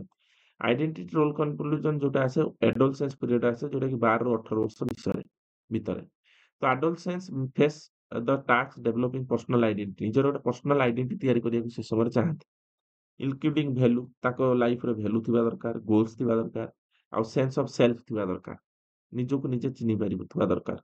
Success lead to the stable identity ଯଦି ସକ୍ସେସ୍ ହେବ ଗୋଟେ ଷ୍ଟେବଲ ଆଇଡେଣ୍ଟିଟି ହବ while failure can result in the confusion about the one's place of world। ତାମାନେ ସେ ଫେଲୁଅର ହେବେ ମାନେ ସେ ଗୋଟେ କନଫ୍ୟୁଜନ ତିଆରି ହବ lead to the role confusion ଯୋଉଟା କି role confusion. this critical stage develop the coherent sense of self। ତାମାନେ ଏଇ ସମୟରେ ପିଲାମାନେ ଯଦି ନିଜର ପର୍ସନାଲିଟି ତିଆରି କଲେ ଯୋଉଟା କି ନିଜର ଗୋଲ ଆଡିକି ସେ ଲକ୍ଷ୍ୟ ଆଡିକି ଗଲେ ତା ଆଇଡେଣ୍ଟିଟି ତିଆରି ହେଲା। ଯଦି ସେ ମିସଲିଡ୍ ହେଲେ ମିସଗାଇଡ୍ ହେଲେ କୁସଙ୍ଗତରେ ପଡିଲେ ସେମାନେ ସେମାନେ ଏଇ ଯୋଉ ଗୋଲ ଗୁଡାକ ଆଚିଭ୍ କରିପାରିଲେନି ଆଇଡେଣ୍ଟିଟି ଆଚିଭ୍ କରିପାରିଲେନି ତାପରେ ରୋଲ କନଫ୍ୟୁଜନ ହବ। ଏଇ ସମୟରେ ଟିଚର କଣ କରିବା ତାଙ୍କୁ ସପୋର୍ଟ ଦବା ଦରକାର। ତ ଯଦି ସେମାନେ ଆଇଡେଣ୍ଟିଟି କ୍ରିଏଟ କଲେ ତାଙ୍କର ଗୋଟେ ଭାର୍ଚ୍ୟୁ ଡେଭଲପ ହବ ତା ନାଁ ହଉଛି ଫିଡିଲିଟି ହେଲା ଏଟାକୁ ବୁଝଉଛି। ତାମାନେ ଏଜୁକେସନ ଇମ୍ପ୍ଲିକେସନ କଣ ଏଇ ସମୟରେ ପିଲାମାନଙ୍କୁ ଟିଚର କଣ କରିବେ ସପୋର୍ଟ ଦେବେ ଏକ୍ସପ୍ଲୋରିଂ କରିବେ ତାଙ୍କ ରୋଲକୁ ତାଙ୍କୁ ଠିକ ରାସ୍ତା ଦେଖେଇବେ ଏଇ ସବୁ ଚାଲିବ। ହଁ, ବାସ୍ ଏଇଟା ଆପଣ ଭିଡିଓ ପଜ କରିକି ଡିଟେଲ୍ସ ପଢିପାରିବେ ମୁଁ ଖାଲି ଆପଣଙ୍କୁ ଏକ୍ସପ୍ଲେନ କରିଦଉଛି କାରଣ ଏଟା ମାରାଥନ କ୍ଲାସ। ତାପରେ ଆସିଲା ଇଣ୍ଟିମେସି ଭର୍ସେସ ଆଇସୋଲେସନ କଣ ନା ୟଙ୍ଗ ଆଡଲ୍ଟ ହେଇଯାଇଥିବେ 18 ରୁ 40 ବର୍ଷ ପର୍ଯ୍ୟନ୍ତ ଏଟା ଚାଲିଥାଏ ଏଟାକୁ ମନେ ରଖନ୍ତୁ। ଏଇ ସମୟରେ ପିଲାମାନେ ବା ପର୍ସନ ଭିତରେ କଣ ହେଇଥାଏ ନା ଇଣ୍ଟିମେସି ଆସିଥାଏ ଅପୋଜିଟ ସେକ୍ସ ପ୍ରତି ତାଙ୍କର ଇଣ୍ଟିମେସି ଆସିଥାଏ। ଏଇ ସମୟରେ ସେମାନେ ମ୍ୟାରେଜ ବା ଇଣ୍ଟିମେଟ ହେଇଥାନ୍ତି ଅପୋଜିଟ ସେକ୍ସ ପ୍ରତି। So in young adulthood, individual face the challenges forming the intimate and meaningful relationships with other, and success to the stage of involving ability to build strong relations based on mutual care and trust। ଯଦି strong relation ଚାଲିଲା ତାମାନେ ଏଟା intimacy ଚାଲିଲା ଯଦି ନ ଚାଲିଲା ତାମାନେ ଏଟା ଆଇସୋଲେସନ ହେଇଯିବ ସେପାରେଟ ହେଇଯିବେ। ତ ଏଇ ସମୟରେ ଲୋନଲିନେସ୍ ଫିଲ୍ କରିବେ ଫିଲିଂ ଅଫ ଆଇସୋଲେସନ ତାଙ୍କ ମାଇଣ୍ଡରେ ଆସିବ। ତାମାନେ କଣ ଆପଣ ମ୍ୟାରେଜ କରିଛନ୍ତି ଯଦି ଆପଣ ଫ୍ୟାମିଲି ଡିଷ୍ଟର୍ବାନ୍ସ ଚାଲିଲା ହଁ ଯଦି ଆପଣଙ୍କର ପ୍ରୋବ୍ଲେମ ଚାଲିଲା ତାମାନେ କଣ ହବ ଆଇସୋଲେସନ ହେଇଯିବେ। ଯଦି ଭଲ ସମ୍ପର୍କ ଚାଲିଲା ବୁଝାମଣା ଆପସର ହଜବେଣ୍ଡ ୱାଇଫ ର ଠିକ ଚାଲିଲା ତାମାନେ ଇଣ୍ଟିମେସି ରହିବେ। ତ ମାନେ ଆଇସୋଲେସନ ହେଇଯିବେ। ପ୍ରୋବ୍ଲେମ ହବ ଏଇଆ ଯେ ଆପଣ ଫେଲୁଅରନେସ୍ ନିଜକୁ ଫିଲ୍ କରିବେ। ଯଦି ଆପଣ ଇଣ୍ଟିମେସି ରହୁଛନ୍ତି ତାମାନେ ତାଙ୍କର ଗୋଟେ ଭର୍ଚ୍ୟୁ ଡେଭଲପ ହବ ସେଟା ହଉଛି ଲଭ ବୋଲି ଆମେ କହୁଛନ୍ତି ହେଲା। ଆଉ ଆଇସୋଲେସନ ପିରିୟଡରେ କଣ ହଉଛି ନା ଆପଣ ପୁରା ମାନେ ଫେଲୁଅର ଫିଲ୍ କରିବେ ଆପଣ ପୁରା ସ୍ୟାଡ ହେଇଯିବେ ସେଇ ସମୟରେ ହ୍ୟୁମାନ ସାଗର ଗୀତ ଶୁଣିବେ। ঠিক ଅଛି। Educational implication କଣ? ନା in higher education fostering the environment where the student can form the supportive ସେଇ ଜାଗାରେ ପିଲା ମାନେ ଏଇ ଜାଗାରେ ଏଇ ସମୟରେ ଯୋଉ ଅଲଗା ପର୍ସନ ଅଛନ୍ତି ବା ଏଜୁକେସନ ଇମ୍ପ୍ଲିକେସନ ଷ୍ଟେଜରେ ଆମେ କଣ କରିବା ସପୋର୍ଟ କରିପାରିବା ଏନକରେଜ କରିପାରିବା କୋଲାବରେଟଲି ସବୁ ମିଶେଇବାକୁ ଚେଷ୍ଟା କରିବା ଏଇ ସବୁ ଷ୍ଟେଜରେ ଚାଲିବ। ତାପରେ ଆସିଲା 7 ନମ୍ବର ଷ୍ଟେଜ ଆମେ ଜାଣିବା ଜେନେରେଟିଭ ଭର୍ସେସ ଷ୍ଟାଗ୍ନେସନ। ଜେନେରେଟିଭ ଭର୍ସେସ ଷ୍ଟାଗ୍ନେସନ କଣ ନା ମିଡିଲ ଆଡଲ୍ଟହୁଡ ଚାଲେ ଯୋଉଟା କି 40 ବର୍ଷରୁ 65 ବର୍ଷ ବାହାସାହା ହେଇସାରିଲା ପରେ ପିଲା ଛୁଆ ହେଇସାରିଲା ପରେ ଏଇ ଷ୍ଟେଜରେ ଯୋଉ ଦାୟିତ୍ୱଟା ଆସିଥାଏ ସେଇଟାକୁ ବୁଝଉଛି। In this middle adulthood individual seeks to contribute the well being future generation ପାଇଁ ସେ କିଛି କରିବାକୁ ଚେଷ୍ଟା କରିଥାନ୍ତି typically thought work family community ଇନଭଲଭମେଣ୍ଟରେ ଥାନ୍ତି। those the feel they are making the meaningful contribution ତାଙ୍କର ଯୋଉ society ପ୍ରତି ତାଙ୍କ family ପ୍ରତି ଥାଏ ସେଇଟା କୁହାଯାଉଛି sense of genetivity। ସିଏ ଯଦି କିଛି ନ କରିଥାନ୍ତି, ନ କରିପାରୁଥାନ୍ତି, incapable ଥାନ୍ତି ତାକୁ କୁହାଯାଉଛି କଣ stagnation। ଯଦି ସେମାନେ ଜେନେଟିଭିଟି କଲେ ବା କିଛି ଫ୍ୟାମିଲି ପାଇଁ କରିପାରୁଛନ୍ତି, ଭଲ ଇନକମ୍ କରିପାରୁଛନ୍ତି, ସେଠି ଗୋଟେ ଭାର୍ଚ୍ୟୁ ଡେଭଲପ ହବ, କେୟାର ତା ଫ୍ୟାମିଲି ମେମ୍ବର ବା ସୋସାଇଟି ପ୍ରତି କେୟାର ଡେଭଲପ ହବ। ଯଦି ସେ କରିପାରୁନାହାନ୍ତି ମାନେ କେୟାର ଡେଭଲପ ହେଇପାରିବ ନାହିଁ। ତ ଏଜୁକେସନାଲ ଇମ୍ପ୍ଲିକେସନ କଣ? ଏଇ ଜାଗାରେ ଏଡଲ୍ଟହୁଡକୁ ଆମକୁ ବୁଝିବାର ଅଛି, ତାଙ୍କୁ ଅପରଚ୍ୟୁନିଟି ଦେବାର ଅଛି, ଆଉ କଣ୍ଟ୍ରିବ୍ୟୁସନ ବି କରିବାର ଅଛି ସୋସାଇଟି ପ୍ରତି। ବାସ୍ 8 ନମ୍ବର ଷ୍ଟେଜକୁ ଆସିବା, ଇଣ୍ଟିଗ୍ରିଟି ଭର୍ସେସ ଡେସ୍ପେୟାର। ଇଣ୍ଟିଗ୍ରିଟି ଭର୍ସେସ ଡେସ୍ପେୟାର କଣ? ଏଟା ଲେଟର ଏଡଲ୍ଟହୁଡରେ 45 ବର୍ଷରୁ ମଲା ପର୍ଯ୍ୟନ୍ତ ଚାଲିଥାଏ ଏଇ ଷ୍ଟେଜଟା। ତ ଫାଇନାଲ ଷ୍ଟେଜ କୁହାଯାଉଛି ଏଇ ସମୟରେ ଯଦି ଗୋଟେ ମୁଁ ଏକ୍ସାମ୍ପଲ ଦେଇକି ବୁଝେଇ ଦଉଛି। ଏଇ ସମୟରେ ଯଦି ଆପଣ କିଛି ପୂର୍ବରୁ କରିଛନ୍ତି ଫ୍ୟାମିଲି ପାଇଁ, ଆପଣ ସେଇ ଗାଥା ଗାଇବେ ଯେ ଆପଣ ଏଇଆ କରିଛନ୍ତି, ସେୟା କରିଛନ୍ତି। ଏଟା ଇଣ୍ଟିଗ୍ରିଟି, ଯୋଉଟା କି ଗୋଟେ ଆପଣଙ୍କର ୱିଜଡମ ଡେଭଲପ ହବ, ଆଚିଭମେଣ୍ଟ ଗୁଡା କରିଛନ୍ତି। ଯଦି ଆଚିଭମେଣ୍ଟ କରିନାହାନ୍ତି ସେଥିପାଇଁ ଆପଣ ପଶ୍ଚାତାପ କରୁଛନ୍ତି, ସେଟା ଡେସ୍ପେୟାର ହବ। ରିଗ୍ରେଟ କରୁଛନ୍ତି, ସେଥିପାଇଁ ଆପଣ ଡେସ୍ପେୟାର ହବ। ତ ଏଇ ଜାଗାରେ ଆମେ କଣ କରିବା ଯେ ଏଡଲ୍ଟ ପର୍ସନ ମାନେ ଆପଣଙ୍କର ବାପା ମା ଯିଏ ଥିବେ ଯଦି କରିଥିବେ ଭଲ କଥା, ଯଦି ନ କରିଥିବେ ଆପଣ ମାନଙ୍କ ପାଇଁ ଆପଣ ସେଇ ଜାଗାରେ କୌଣସି ତାଙ୍କୁ କିଛି ଆପଣ ଥ୍ରେଟନିଂ ଭଳିଆ କଥା କହିବେନି। ଆପଣ ତାଙ୍କୁ କଣ କହିବେ ନା ଅପରଚ୍ୟୁନିଟି ସେ ସମସ୍ତଙ୍କୁ ମିଳିନଥାଏ। ଆପଣ ତାକୁ ମାନେ ଗୋଟେ ସପୋର୍ଟିଭ ଏଲ୍ଡରକୁ ସପୋର୍ଟିଭ ଦେବେ, ତାଙ୍କ ଏକ୍ସପିରିଏନ୍ସକୁ ନିଜ ସହିତ ସେୟାର କରାଇବାକୁ ଚେଷ୍ଟା କରିବେ, ଆଉ ତାଙ୍କୁ ସପୋର୍ଟ ଦେବେ ହେଲା। ଏଇ ସବୁ କଥା ହଉଛି ମେଣ୍ଟାଲି ସପୋର୍ଟ ଦେବେ। ଏଇ ସବୁ ଜିନିଷ ଚାଲିବ ଏଇ 8ଟା ଷ୍ଟେଜ ମାଧ୍ୟମରେ, ଯୋଉଟା ଏରିକ୍ସନ କହିଛନ୍ତି। ତ ଏରିକ୍ସନ କିଛି କି ପଏଣ୍ଟ ଦେଇଥିଲେ, ସେଗୁଡା ହଉଛି ଆର୍ଲି ଚାଇଲ୍ଡହୁଡ ଏଜୁକେସନ କହିଥିଲେ। ଆର୍ଲି ଚାଇଲ୍ଡହୁଡ ଏଜୁକେସନ ଦବା ଆମେ, elementary middle school education provide କରିବା, ଆଡୋଲସେନ୍ସ ଏଜୁକେସନ ବି ଆମର ରଖିବାକୁ ପଡିବ, ହାୟର ଏଜୁକେସନ ବି ରଖିବାର ଅଛି ତ ଚାଲିଛି। ଲାଇଫ ଲଙ୍ଗ ଲର୍ଣ୍ଣିଂ ବି ଆମର ସେ କହିଛନ୍ତି, ଲାଇଫ ଲଙ୍ଗ ଯେମିତି ମଲା ପର୍ଯ୍ୟନ୍ତ ଚାଲିଛି ସାଇକୋ ଯୋଉଟା ସୋସିଆଲ ଥିଓରି ଅନୁସାରେ ହେଲା। ତ ଏଠି କନକ୍ଲୁଜନ ଅଛି, ନିଜେ ଡିରାଇଭ୍ କରିବାକୁ ଚେଷ୍ଟା କରିବେ, ଭିଡିଓ ପଜ କରିକି ଏଟା ପଢିପାରିବେ। ତାପରେ ଆମେ ଆସିବା ନେକ୍ସଟ କ୍ୱେଶ୍ଚନକୁ। ନେକ୍ସଟ କ୍ୱେଶ୍ଚନ ହଉଛି explain the Kohlberg moral development theory and write the educational implication. ତାମାନେ ଆମେ ଏଇଥିରେ କୋଲବର୍ଟଙ୍କର ମୋରାଲ ଡେଭଲପମେଣ୍ଟ ଥିଓରି, ନୈତିକତାର ବିକାଶ କିପରି ହଉଛି, କୋଉ ଷ୍ଟେଜରେ ହଉଛି, ଯୋଉଟା କି ଲୋରେନ୍ସ କୋଲବର୍ଟ ଦେଇଥିଲେ, এটা ବିଷୟରେ ଜାଣିବା। ତ Lawrence Kohlberg's theory, moral development is a prominent framework in the study of how individuals develop moral reasoning and ethical decision making over the course of their lives and building the Jean Piaget को work ऊपर भी से काम करते ले। and Kohlberg's purpose that moral development occurs in a series of stages, विभिन्न stages रे आसुची। each representative make the advanced level of moral reasoning रे आउची। and his theory poses that the individual progress through the stages fixed order ରେ ଏଟାକୁ ଅନୁସାରେ এই stages ଟା ଚାଲିଛି। and that the reasoning evolve the encounter increasingly complex moral dilemma ଭିତରେ ଏଟା ଚାଲେ। ତେଣୁ କୋଲବର୍ଗ moral development theory is structured into the 3 level, each contain the 2 stages। ପ୍ରତ୍ୟେକଟା 2 stages ଅନୁସାରେ ଚାଲିଛି।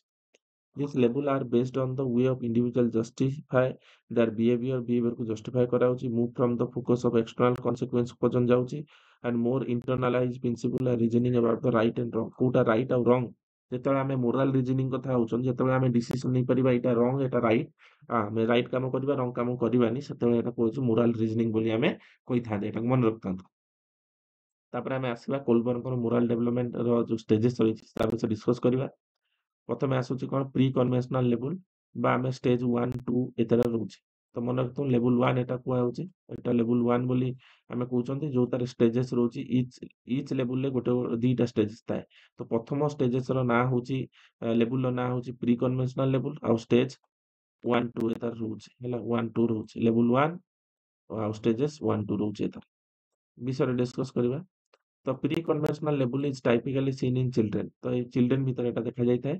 Although the adult can also demonstrate moral reasoning at this level. तो ये समय moral reasoning चली था।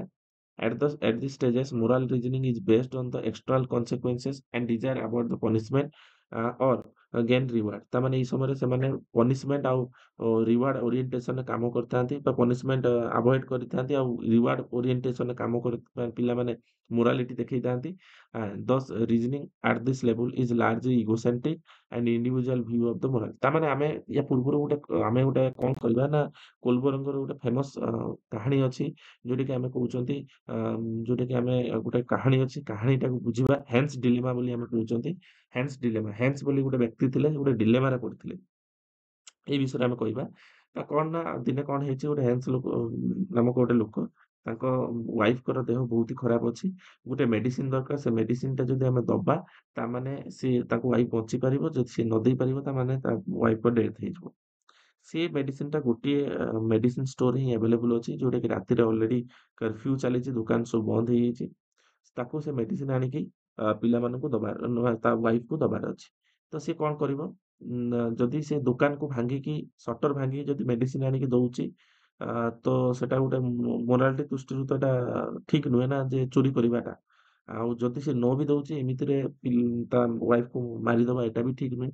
ତ ଏଇ କ୍ୱେଶ୍ଚନଟା ପଚାରି ସାରିଲା ମାନେ ଏଇ କାହାଣୀଟା କହିଲା ପରେ କ୍ୱେଶ୍ଚନ ପଚରା ଯାଇଛି ପିଲାମାନଙ୍କୁ ବିଭିନ୍ନ ଷ୍ଟେଜେସ୍ ଲେବୁଲରେ। ଏମିତି ପ୍ରି କନଭେନ୍ସନାଲ, କନଭେନ୍ସନାଲ, ପୋଷ୍ଟ କନଭେନ୍ସନାଲ ଲେବୁଲ ଯୋଉଟାକି ଲେବୁଲରେ ପ୍ରତ୍ୟେକ ଷ୍ଟେଜେସ୍ ଅଛି। 6ଟା ଷ୍ଟେଜେସ୍ ପିଲାଙ୍କୁ ପଚରା ଯାଇଛି। ତ ସେମାନେ ଡିଫରେଣ୍ଟ ଲେବୁଲରେ ଆନ୍ସର ଦେଇଛନ୍ତି। ଡିଫରେଣ୍ଟ ପ୍ରୋସିଜରରେ ଆନ୍ସର ଦେଇଛନ୍ତି। ତ ସେଇ ଆନ୍ସର ଗୁଡାକ ଆଉ ସେଇ ମୋରାଲ ରିଲେଟିଟାକୁ ଆମେ ଡିଫରେଣ୍ଟ ଏଜରେ ଥାଏ ଏଟାକୁ ଆମେ ବୁଝିବୁ।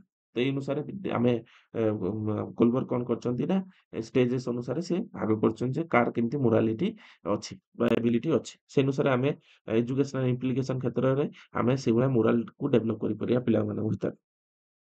ତ ଏଇ କଥା କୁହାଯାଇଛି।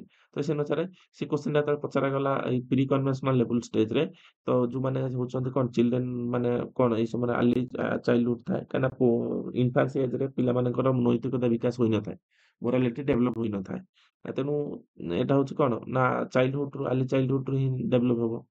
ତେଣୁ ସେଇ ସମୟରେ ପିଲାମାନଙ୍କୁ ରିଜନିଂଟା ନା ତାଙ୍କ ମୋରାଲିଟି କଣ ଥାଏ ନା ରିୱାର୍ଡ ଓରିଏଣ୍ଟେସନ। ଯଦି ରିୱାର୍ଡ ମିଳିବ ତାମାନେ ସେ କୋଉଟା ବି ଆନ୍ସର ଦେଇପାରିବେ। ଚୋରି କରିବାଟା ବି ଆନ୍ସର ଦେଇପାରିବେ, ନହେଲେ ଯୋଉ ନ ଚୋରି କରିବାଟା ବି ଆନ୍ସର ଦେଇପାରିବେ। ଆଉ ପନିଶମେଣ୍ଟ ଯୋଉଟା ପନିଶମେଣ୍ଟ ଓରିଏଣ୍ଟେସନ। ଯଦି ତାଙ୍କୁ ପନିଶମେଣ୍ଟ ମିଳିବ ରଙ୍ଗ ଆନ୍ସର ଦେଲେ ତାମାନେ ସେଟା ଡରିକି ସେଟା ଆନ୍ସର ଦେବେ ନାହିଁ। ଦିସ୍ ରିଜନିଂ ଆଟ୍ ଦିସ୍ ଲେବୁଲ ଇଜ ଲାର୍ଜଲି ଇଗୋସେଣ୍ଟ୍ରିକ ଅନୁସାରେ ଚାଲିବ। ନିଜ ପିଲାଙ୍କର ଗୋଟେ ଯାହା ବୁଝିଥିବେ ସେଇ ଅନୁସାରେ ଚାଲିବ। ଇଣ୍ଡିଭିଜୁଆଲ ଭ୍ୟୁ ମୋରାଲିଟି ଥ୍ରୋ ଦ ଲେନ୍ ଇମିଡିଏଟ ଆଉଟକମ୍। କାହିଁକିନା ଏଟା ପିଆଜେ ଥିଓରି ସହିତ ମ୍ୟାଚ୍ କରୁଛି ମାନେ ଇଗୋସେଣ୍ଟ୍ରିକ ଟା ୱାର୍ଡଟା ରହିବ। ଇଗୋସେଣ୍ଟ୍ରିକ ବିହେଭିୟର ତ ପୂର୍ବରୁ ପଢେଇକି ଆଇଲି। ତାପରେ ଆମେ ଏଇ ଯୋଉ ଲେବୁଲ ରହିଲା ପ୍ରି କନଭେନ୍ସନାଲ ଲେବୁଲ ରହିଲା ତାର ଯୋଉ ଷ୍ଟେଜେସ୍ ଅଛି ଷ୍ଟେଜେସ୍ ବିଷୟ ବୁଝିବା। ପ୍ରଥମ ଷ୍ଟେଜ 1 କଣ କହୁଛି? ଷ୍ଟେଜ 1 କହୁଛି ଓବିଡିଏନ୍ସ ଆଣ୍ଡ ପନିଶମେଣ୍ଟ ଓରିଏଣ୍ଟେସନ। ପିଲାମାନେ ଆନ୍ସର ଦେଇଥାନ୍ତି ଏଇ ମୋରାଲ ଡେଭଲପମେଣ୍ଟରେ ଷ୍ଟେଜ 1 ରେ। ଏଟାକୁ ମନେ ରଖିଥାନ୍ତୁ। At this stage, individual base their moral decision over the avoidance of punishment, avoidance punishment को avoid करिवे and they follow the rules of authority figure। ताମାନେ authority figure ଯାହା କହୁଥିବେ ତାଙ୍କ rules follow କରିବେ। ତ ଟିଚର ହଉଛନ୍ତି କିମ୍ବା ଟ୍ୟୁସନ ଟିଚର ହଉଛନ୍ତି କି ତମର ପ୍ୟାରେଣ୍ଟସ ହଉଛନ୍ତି ତାଙ୍କର ଅଥରିଟି ଫିଗରକୁ ସେ ଫଲୋ କରିବେ। ସିଏ ଯୋଉଟାକୁ ଠିକ କହୁଥିବେ ସେଟାକୁ ଠିକ କହିବେ। ତାମାନେ ପନିଶମେଣ୍ଟ ଆଭଏଡଟାକୁ ସେ କରିବାକୁ ଚେଷ୍ଟା କରିବେ। ତାମାନେ ଏଟା ରଙ୍ଗ ବୋଲି କହିବା ପିଲା ସେଟା କରିବେ ନାହିଁ। ହେଲା, not because they understand the underlying principle. ସେ ଅଣ୍ଡରଲାଇଂ ପ୍ରିନ୍ସିପଲ କିଛି ବୁଝିବେନି କିନ୍ତୁ ସେ ଯୋଉଟା ଅଥରିଟି ଫିଗର ଯାହା କହିବେ ସେଟାକୁ ଫଲୋ କରିବେ। And moral action are those the prevent the individuals for suffering negative consequences. Suffer ନ ହୁଅନ୍ତୁ ସେଥିପାଇଁ ସେ ଅଥରିଟି ଫିଗରକୁ ଫଲୋ କରିବେ ଆଉ ସେ ଅନୁସାରେ ଆନ୍ସର ଦେବେ। Example, the child might say, I won't hit my brother because I will get grounded। ତାମାନେ ସିଏ କେବେ ବି ତା ଭାଇକୁ ହିଟ୍ କରିବ ନାହିଁ କାହିଁକି ନା ସିଏ ଯଦି ହିଟ୍ କରିବ ତାମାନେ ତାକୁ ପନିଶମେଣ୍ଟ ମିଳିବ, ଆଣ୍ଠେଇକି ଛିଡ଼ା ହେବାକୁ ପଡ଼ିବ ବା ତାକୁ କାନ ଧରିକି ଉଠବସ ହେବାକୁ ପଡ଼ିବ, ଯାହା ବି ହଉ। ତେଣୁ ଏ କାମ ସେ କରିବ ନାହିଁ। ତାମାନେ ସେ ଓବିଡିଏଣ୍ଟ ପନିଶମେଣ୍ଟକୁ ଆଭଏଡ କରିବା ପାଇଁ ଚେଷ୍ଟା କଲା। ତାପରେ ଷ୍ଟେଜ 2 କୁ ଆସିବ। ଷ୍ଟେଜ 2 କଣ କହୁଛି ନା ଇଣ୍ଡିଭିଜୁଆଲିଜିମ ଆଣ୍ଡ ଏକ୍ସଚେଞ୍ଜକୁ ବୁଝଉଛି। ଇଣ୍ଡିଭିଜୁଆଲିଜିମ ଏକ୍ସଚେଞ୍ଜ କଣ ଷ୍ଟେଜ 2 ଆମେ ବୁଝିବା। In this stage, individual recognize that the other different perspective and interest. And however, that the moral decisions are still motivated and self-interest. People at this stage understand that the action can be mutually beneficial and but they are focused on the receiving something return to their action। ତାମାନେ ସେ ଚାହିଁବେ reward ଓରିଏଣ୍ଟେସନରେ। ଏଇ ସମୟରେ ସେମାନେ reward ଚାହିଁଥାନ୍ତି। ସିଏ କହିବେ ଯେ ମୁଁ ଆନ୍ସର ଦେମି, ଆପଣ ଯୋଉ ଆନ୍ସରଟା କହୁଛନ୍ତି ସେଇଟା ଠିକ ଆନ୍ସର ହବା ଦରକାର, ତେଣୁ ମୁଁ ସେଇ ହିସାବରେ ଦେମି। ମୋ ପାଇଁ କଣ ଅଛି? ହଁ, ତ ତାମାନେ ସିଏ ଚାହୁଁଛି ଯେ ସେ ଟିଟ୍ ଫର୍ ଟେଟ୍ ତାମାନେ ତାକୁ କିଛି ମିଳୁ ସିଏ ସେ ଆନ୍ସର ଦବ। ଯେମିତି ଆପଣଙ୍କ ପିଲାକୁ ମାର୍କେଟ ପଠଉଛନ୍ତି ଗୋଟେ ଜିନିଷ ଆଣିବା ପାଇଁ, ସେ ଯାଉଛି ତାଙ୍କୁ ଟଙ୍କାଟେ ଦଉଛନ୍ତି। ଟଙ୍କାଟେ ନେ ତୁ ଖାଇଦବୁ ଆଉ ଏଇ ଜିନିଷ ନେଇ ଆସିବୁ। ସେ ନେଇ ଆସୁଛି ସାଙ୍ଗେ ସାଙ୍ଗେ। ତ ସେଇ ହିସାବରେ କାମ କରୁଛି। ତାମାନେ ଏଇ ସମୟରେ ଯଦି ପିଲାଙ୍କୁ କ୍ୱେଶ୍ଚନ ପଚାରିବା ମୋରାଲିଟି ଦୃଷ୍ଟିରୁ ସେ କହିବେ ମତେ ମିଳିବ କଣ? ରିୱାର୍ଡ ମିଳିବ ତ ତାମାନେ ମୁଁ ଆନ୍ସର ଦେବି। Example, a child might think I will help my friend with the homework if they help me with the mine later। ମୋ ଲେଟର ମାନେ ମତେ ପଛରେ ଯଦି ସାହାଯ୍ୟ କରିବ ଦେନ୍ ମୁଁ ତାକୁ ସାହାଯ୍ୟ କରିବି। ତ ଏଇଟା ହଉଛି ମୋରାଲିଟି ଏଇଭଳିଆ ଡେଭଲପ ହୋଇଥାଏ ଏଇ ଷ୍ଟେଜରେ, ମନେ ରଖିଥାନ୍ତୁ। ତାପରେ ଆସିଲା କନଭେନ୍ସନାଲ ଲେବୁଲ। ଏଥିରେ ରହୁଛି ଷ୍ଟେଜ 3 and 4 ରହୁଛି। ଏଟାକୁ ବୁଝିବାକୁ ଚେଷ୍ଟା କରନ୍ତୁ। କନଭେନ୍ସନାଲ ଲେବୁଲରେ କଣ ନା କନଭେନ୍ସନାଲ ଲେବୁଲ typically reach to the adolescence and the continuous adulthood ପର୍ଯ୍ୟନ୍ତ ଚାଲିଥାଏ। ଏଟା ହଉଛି ଆଡଲ୍ଟହୁଡ୍ ପିରିୟଡରେ ଲେବୁଲଟା ପହଞ୍ଚିବ, ଯୋଉଟା କି ଆଡୋଲସେନ୍ସରୁ ଆଡଲ୍ଟହୁଡ୍ ପର୍ଯ୍ୟନ୍ତ। At this stage, individual are concerned with the maintaining social order and gaining the approval from other। ତା ମାନେ ଏଠି ହଉଛି social order କୁ follow କରିବ। ହଁ, ଆଉ ମୋରାଲ ରିଜନିଂ ଆଟ୍ ଦିସ୍ ଲେବୁଲ focused on the confirmation of social rule. Social rule ଅନୁସାରେ ଯୋଉଟା ଠିକ ସେଇଟା କରିବ। ତା ମାନେ ଚୋରି କରିବାଟା ଭୁଲ ବୋଲି ସେ କହିବ। ସୋସିଆଲ ରୁଲରେ ଚୋରି କରିବାଟା ଠିକ ନୁହେଁ ନା। And expectation with the emphasize the importance relationship with the social norm ଅନୁସାରେ ଯୋଉଟା ଠିକ ସେଇଟା କହିବ। ତାମାନେ ଷ୍ଟେଜ 3 କୁ ଆସିବା। ଷ୍ଟେଜ 1 2 ତ ଅଲରେଡି ପ୍ରି କନଭେନ୍ସନାଲ ସରିଗଲା। ଷ୍ଟେଜ 3 କୁ ଆସିବା। ସେଠି କୁହାଯାଇଛି ଗୁଡ ଇଣ୍ଟରପର୍ସନାଲ ରିଲେସନସିପ। ଏଠି କଣ ଚାଲିବ ନା ଗୁଡ ଇଣ୍ଟରପର୍ସନାଲ ରିଲେସନସିପ ଚାଲିବ। କଣ ନା individual at this stage value interpersonal relationship and aim to live up to the expectation of other. ତାମାନେ ଅଦର ଏକ୍ସପେକ୍ଟେସନ ଅନୁସାରେ ଯୋଉଟା ଠିକ ସେଇଟା କରିବ, ଆଉ ସମାଜ ଅନୁସାରେ ଯୋଉଟା ଠିକ ସେଇଟା କରିବ। ଗୁଡ ଇଣ୍ଟରପର୍ସନାଲ ରିଲେସନସିପ ବିଲ୍ଡ କରିବାକୁ ଚାହିଁବ, ଯେ ପରସ୍ପର ସହିତ ସମ୍ପର୍କ ଭଲ ରହୁ। ସଚ୍ ଏ ଫ୍ୟାମିଲି ଫ୍ରେଣ୍ଡସ୍ ଏଇ ଭିତରେ। ତ moral action based on the desire of seeing good by the other. ଅଲଗା ଦ୍ୱାରା ଯୋଉଟା ଭଲ କହିବେ, ଯୋଉଟା ଭଲ କାମ ଅଲଗା କହିବେ, ଅଲଗା ଲୋକ କହିବେ ଏଇଟା ଭଲ, ସେ କରିବେ ସେଟା, କାରଣ ସୋସାଇଟିରେ ଏଟା ଠିକ ବୋଲି ଭାବିବେ। Approve and disapprove from the other central factor of the moral reasoning. ହେଲା, ତାମାନେ ଯୋଉଟା ଡିସଆପ୍ରୁଭ କରିବେ ସେଟା କରିବେନି, ଆପ୍ରୁଭ କଲେ ସେଟା କରିବେ ଅଲଗା ଲୋକ। ଫର example, teenager might be remain the for smoking to be view positive by their friends and parents। ଯଦି ସେ ଦେଖିବେ ଯେ ଏଇ ସମୟରେ ପିଲାମାନେ ସ୍ମୋକିଂ କରୁଛନ୍ତି, ତାଙ୍କ ପ୍ୟାରେଣ୍ଟସ୍ ସେ ଭାବିବେ ଏଇଟା ଭଲ, ସେ ବି ସ୍ମୋକିଂ କରିବାକୁ ଲାଗିବ। ଯଦି ସମସ୍ତେ ବେନ୍ କରୁଛନ୍ତି smoking is injurious two health, ତାମାନେ ସେ କଣ କରିବେ, ସେଟା କରିବେ ନାହିଁ। ବାସ୍। ତାପରେ ଆସିଲା ଷ୍ଟେଜ 4, ଯୋଉଠି ମେଣ୍ଟେନିଂ ସୋସିଆଲ ଅର୍ଡର। ସୋସାଇଟି କିଛି ନିୟମ କାନୁନ ଅଛି ଯୋଉଟା ମେଣ୍ଟେନ କରିବାକୁ ଚାହିଁବେ। At this stage, individual recognize the importance of obeying law and rules and the maintaining social order and promoting the well-being and society as a whole। Society को as a whole ଦୃଷ୍ଟିରୁ ଦେଖିବେ। Moral reasoning based on the desire of maintaining stability and functioning society। Society କେମିତି function କରେ। Individual understand the rules and law are essential for the protection of all। ତମେ rules ଆଉ law ଟା ହେଇଛି protection for all, ଆମେ ଏଟା ମାନିବା। ହେଲା, for example the adult might pay excess pay କରୁଛନ୍ତି, ତାମାନେ ଏଟା ରୁଲ ଦୃଷ୍ଟିରୁ ଠିକ, ସୋସାଇଟି ଦୃଷ୍ଟିରୁ ଠିକ। ଯଦି ଡିସଏଗ୍ରି କରିବ ତ ଗଭର୍ଣ୍ଣମେଣ୍ଟ ପଲିସି ଖିଲାଫରେ ଯିବ। ହଁ, ତାମାନେ ସେ ଜାଣିବା ଦରକାର ସୋସାଇଟି ଦୃଷ୍ଟିରୁ ଯୋଉଟା ଠିକ ସେଇଟା କରିବେ ସେ। ତାପରେ ଆସିଲା ପୋଷ୍ଟ କନଭେନ୍ସନାଲ ଲେବୁଲ।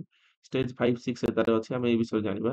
ତ ପୋଷ୍ଟ କନଭେନ୍ସନାଲ ଲେବୁଲ ହାଇଏଷ୍ଟ ଲେବୁଲ ଅଫ ମୋରାଲ ରିଜନିଂ। ତ ହାଇଏଷ୍ଟ ଲେବୁଲ ଅଫ ମୋରାଲ ରିଜନିଂ ଯୋଉ ଲେବୁଲଟା କୁହାଯାଏ ତାକୁ କୁହାଯାଉଛି post କନଭେନ୍ସନାଲ। And the only minority of the individual achieve the stage. ବହୁତ ହି କମ ଲୋକ ଏଇ ଏଚିଭ୍ କରିଥାନ୍ତି ଷ୍ଟେଜରେ। ଏଟ୍ ଦିସ୍ ଲେବୁଲ individual recognise that the moral principles and ଟ୍ରାନଜେଣ୍ଡ the specific suicide ରୁଲକୁ ବି ଆମେ ଚେଞ୍ଜ କରିପାରିବା। and the base of decision universal ethic। ତ universal ethic ଦୃଷ୍ଟିରୁ ଯୋଉଟା ଠିକ ସେଇଟାକୁ ଆମେ ମାନିବା।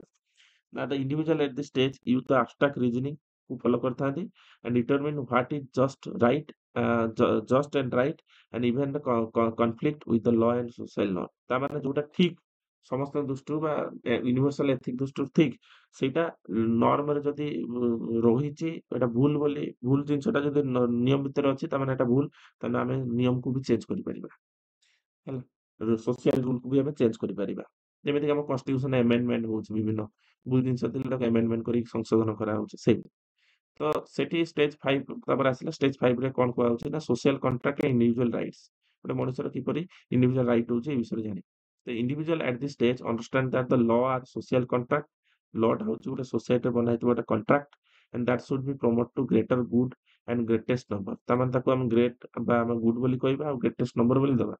While individuals expect to follow law, they also recognize that law can be changed and if they fail to promote the human rights and social justice। ତାମାନେ ସେଇ law ଟା ଯଦି ବନା ହେଇଛି ଗ୍ରେଟେଷ୍ଟ ନମ୍ବର କୁ, ଗ୍ରେଟେଷ୍ଟ ଲେବୁଲ କୁ ଦିଆଯାଉଛି, କିନ୍ତୁ ଯଦି ଏଟା ମଣିଷକୁ କଣ କଲା ନା ରାଇଟ୍ସ ବା ସୋସିଆଲ ଜଷ୍ଟିସ ଦେଇପାରିଲାନି, ତାମାନେ ତାକୁ ଆମେ ଚେଞ୍ଜ କରିଦବା।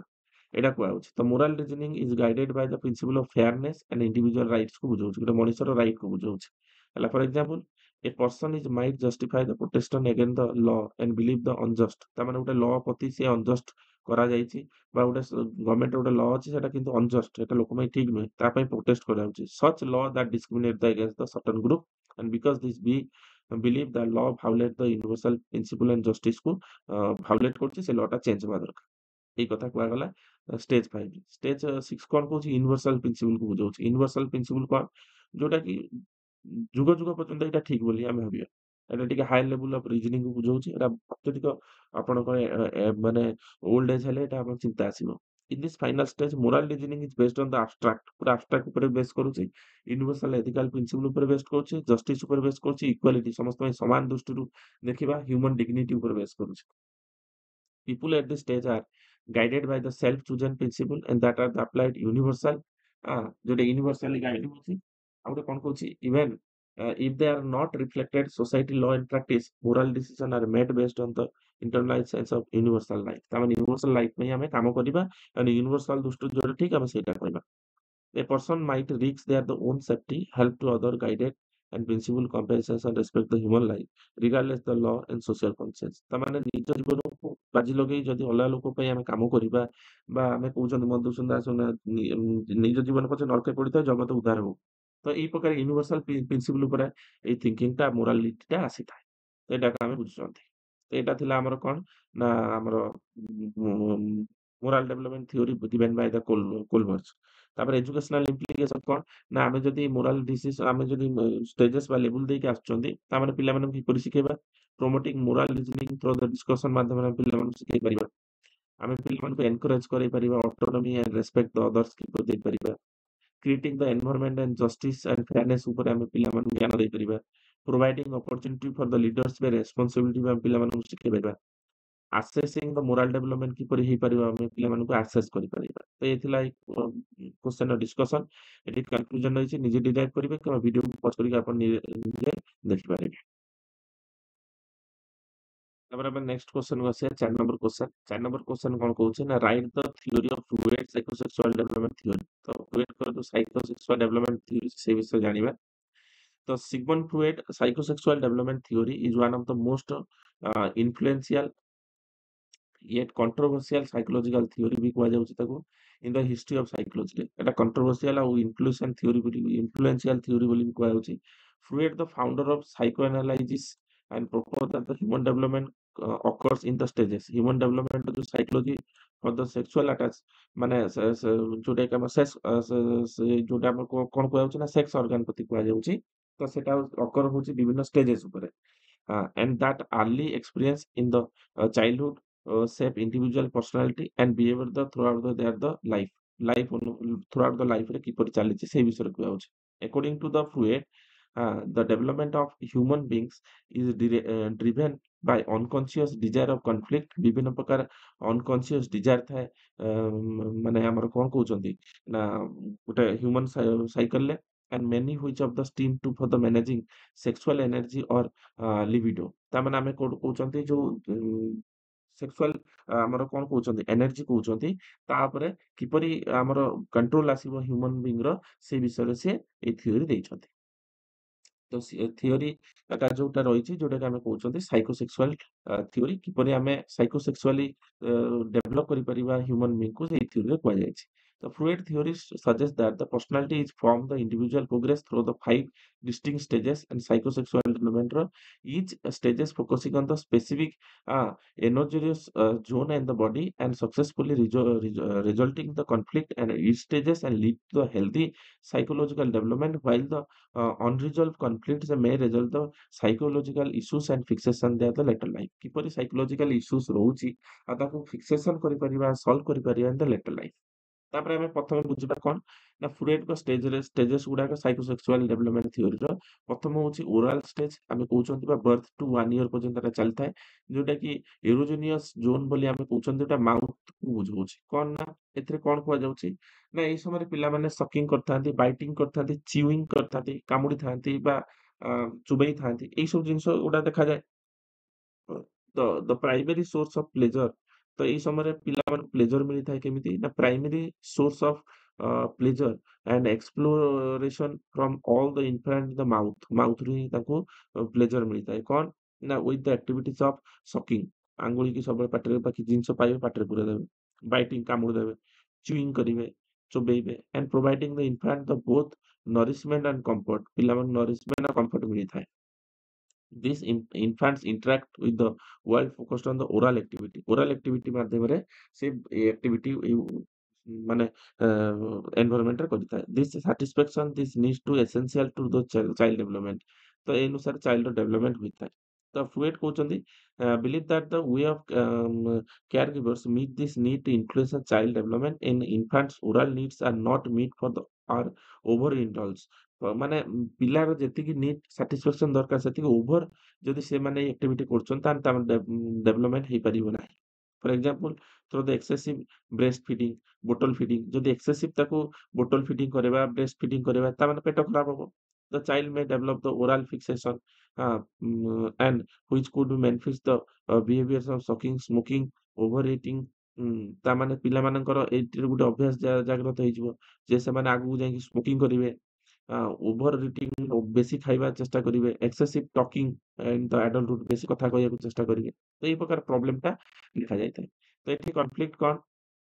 Winning from the breast and bottle feeding ତ ବେଶୀ ବୋଟଲ ଫିଡିଂ ଆଉ ଆମେ ବ୍ରେଷ୍ଟ ଫିଡିଂ କରାଇବା ନାହିଁ ଯାହାଦ୍ୱାରା ପିଲାମାନେ ଆଗାମୀ ଦିନରେ ତାଙ୍କର ଶାରୀରିକ ସ୍ତରରେ ବି ଦେହ ଖରାପ ହେବାକୁ ଚାନ୍ସେସ୍ ଅଛି। ଆଣ୍ଡ ପୋଟେନ୍ସିଆଲ ଫିକ୍ସେସନ କ'ଣ?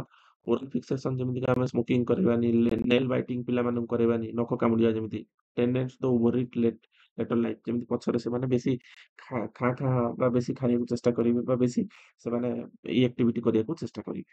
ତାପରେ ଯୋଉ ଷ୍ଟେଜେସ୍ ଆସିଲା ଆନାଲ ଷ୍ଟେଜେସ୍ ଯୋଉଟାକି ଆମେ 1 ରୁ 3 ବର୍ଷ ପର୍ଯ୍ୟନ୍ତ କହୁଛନ୍ତି ଯୋଉଟାକି ଆନସ୍ ଆମେ ଏରୋଜେନିୟସ୍ ଜୋନ୍ ଯୋଉଟାକି ଆନସ୍ କହୁଛନ୍ତି କିପରି ଏଇ ସମୟରେ ପିଲାମାନେ ଟଏଲେଟ୍ ଟ୍ରେନିଂ ପାଇଥାନ୍ତି। During the stage the focus of pleasure shifted to the anus ମାଉଥରେ ଆନସ୍ ଆଡ଼ିକି ସେମାନେ ଶିଫ୍ଟେଡ୍ ହେଇଥାନ୍ତି। ସେମାନେ ଏଇ ସମୟରେ କ'ଣ କରିଥାନ୍ତି ନା 1 ରୁ 3 ବର୍ଷ ଭିତରେ ସେ ଟଏଲେଟ୍ କରି ଘାଣ୍ଟି ଦେବେ ହାତରେ, ଗୋଡ଼ରେ ଘାଣ୍ଟି ଦେବେ।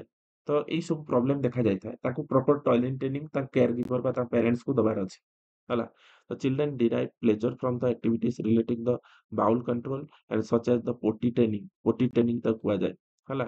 ଯୋଉଟାକି ଝାଡ଼ା ଫେରିବାର ଟ୍ରେନିଂ ଦିଆଯାଏ ତାଙ୍କୁ toilet training. These children ability to control their bodily functions and becoming the important area of development ତା ମାନେ ଏଇ ସମୟରେ ତାଙ୍କର important area bodily develop ହେଇଥାଏ। ଆଉ କିପରି ସେମାନେ ଯୋଉଟାକି ଟଏଲେଟ୍ ବା ଲାଟ୍ରିନରେ ସେମାନେ ଘାଣ୍ଟି ହେବେନି ସେ ଟ୍ରେନିଂଟା ତାଙ୍କୁ ପ୍ୟାରେଣ୍ଟସ୍ ମାନେ ଦବା ଦରକାର। ତ Freud argued that the way of parents approach the toilet training କିପରି ତାଙ୍କୁ ଟଏଲେଟ୍ ଟ୍ରେନିଂ ପିଲାମାନଙ୍କୁ ଦଉଛନ୍ତି। whether they are too harassed and too lenient ତା ମାନେ too harass ହଉଛନ୍ତି lenient ହଉଛନ୍ତି can affect the child personality ଚାଇଲ୍ଡର ପର୍ସନାଲିଟିରେ ପ୍ରୋବ୍ଲେମ ହେଇପାରେ। ତାଙ୍କୁ ଯଦି too harassment ମିଳୁଛି ପ୍ୟାରେଣ୍ଟସ୍ ପାଖରୁ ତାହେଲେ ପ୍ରୋବ୍ଲେମ ହବ। A rigid or harass approach could lead to the feeling of shame and guilt ତାମାନେ ତାଙ୍କୁ shame ଆଉ guilt feel କରାଇବେ କାରଣ ଆମେ ଇରିକ୍ସନର ସାଇକୋ ସୋସିଆଲ ଥିଓରି ବୁଝିକି ଆଇଲେ। while lenient parenting could lead to the stubbornness and lack of self discipline ତା ମାନେ ଯଦି ତାଙ୍କୁ ଡିସିପ୍ଲିନ ଆଉ ଟ୍ରେନିଂ ନ ଦବା ସବୁ କ୍ଷେତ୍ରରେ ସେମାନେ ବଡ଼ ହେଲା ପରେ ବି ସେ ଟଏଲେଟ୍ କରିଦେବେ ପ୍ୟାଣ୍ଟରେ କି ଲୋକଙ୍କ ଆଗରେ ଟଏଲେଟ୍ କରିଦେବେ ତ ତାଙ୍କୁ ସେତେବେଳେ ହାରାସମେଣ୍ଟ ହବାକୁ ପଡ଼ିବ। ତ ଏଇଟାକୁ ଆମେ ଦବା ଦରକାର। ତ କନଫ୍ଲିକ୍ଟ କ'ଣ? ନା ଟଏଲେଟ୍ ଟ୍ରେନିଂ ବେଳେ କ'ଣ ହଉଛି ପୋଟେନ୍ସିଆଲ ଫିକ୍ସେସନ ଆନାଲ ରିଟେନ୍ଟିଭ ତା ମାନେ child parent are overly strict during the toilet over strict କରିବା ଦରକାର ନୁହେଁ। ଯେତିକି ଷ୍ଟ୍ରିକ୍ଟ କରିକି ପିଲାଙ୍କୁ ଶିଖେଇବା କଥା ଶିଖେଇବା ଓଭର ଷ୍ଟ୍ରିକ୍ଟ କଲେ ପିଲାମାନେ ଶିଖିବେନି ଡରିବେ। The child may develop the personality character excessive overillness stinginess and stubbornness ଏଇଭଳିଆ ଫିଲ୍ କରିବେ ଆଡଲ୍ଟହୁଡରେ। ତାପରେ ଆନାଲ ଏକ୍ସପ୍ଲୋସିଭ କ'ଣ? The toilet training is too lenient and inconsistent the child may grow up and messy and disorganized and rebellious ତା ମାନେ କ'ଣ କହୁଛି ନା ଯେତେବେଳେ ପିଲାମାନଙ୍କୁ ଆମେ ଟଏଲେଟ୍ ଟ୍ରେନିଂ ଭଲ ଭାବରେ ଦବାନି ତା ଦ୍ୱାରା କ'ଣ ହବ ନା ପିଲାମାନେ ଆଗକୁ ଯାଇକି ମେସି ହେଇଯିବେ, ନୁଙ୍ଗୁରା ହେଇଯିବେ, ତ ବହୁତ ପ୍ରକାର ଡିସକମ୍ଫର୍ଟ ଡିସଅର୍ଗାନାଇଜ୍ଡ ହେଇଯିବେ ଏଇ ପ୍ରକାର ଦେଖାଯିବ।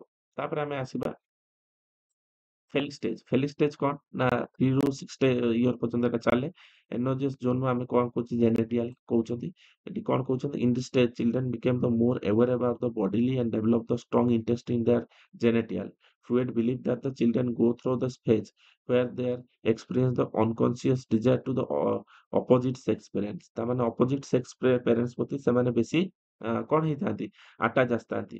କ'ଣ ନା ଯେତେବେଳେ ପୁଅଟେ ତା ମା ପ୍ରତି ବେଶୀ ଆଟାଚମେଣ୍ଟରେ ଆସିବ। ଝିଅଟେ ତା ବାପା ପ୍ରତି ବେଶୀ ଆଟାଚମେଣ୍ଟରେ ଆସିବ।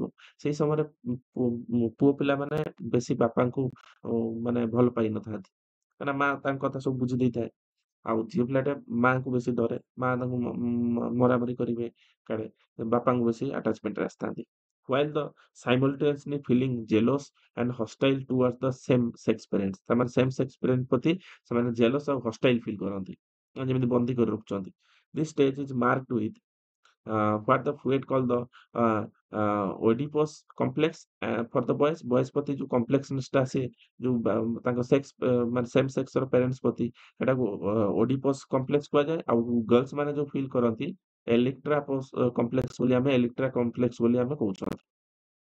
Oedipus complex କଣ ନା boy develop unconscious desire their the mothers ନା ମାନେ ସେ ବଏଜ ପ୍ରତି ଯୋଉଟା କି unconscious desire for their mothers and their father a rival and for her affection ତା ମାନେ ମଦର ପ୍ରତି ଯୋଉ ଆଫେକ୍ସନ ଟା ରହିଛି ପୁଅ ପିଲାର କିନ୍ତୁ ତା ବାପା ହଉଛନ୍ତି ରାଇଭାଲ ବୋଲି ସେ ଭାବନ୍ତି ଏଇ ସମୟରେ। ଏଇଟା ଗୋଟେ ବଡ ପ୍ରୋବ୍ଲେମ ଦେଖାଯାଇଥାଏ। ଇଲେକ୍ଟ୍ରାରେ ସେ ଅପୋଜିଟ ଦେଖାଯାଇଥାଏ ଗର୍ଲସ ମାନେ ତାଙ୍କ ବାପାଙ୍କୁ ଭଲ ପାଆନ୍ତି କିନ୍ତୁ ମାଆକୁ ଭାବନ୍ତି ତାଙ୍କ ଭଲ ପାଇବା ମଝିରେ ସିଏ ହଉଛି ରାଇଭାଲ। ତ ଏଇ ପ୍ରକାର ପ୍ରୋବ୍ଲେମ ଟା ଦେଖାଯାଇଥାଏ ହେଲା।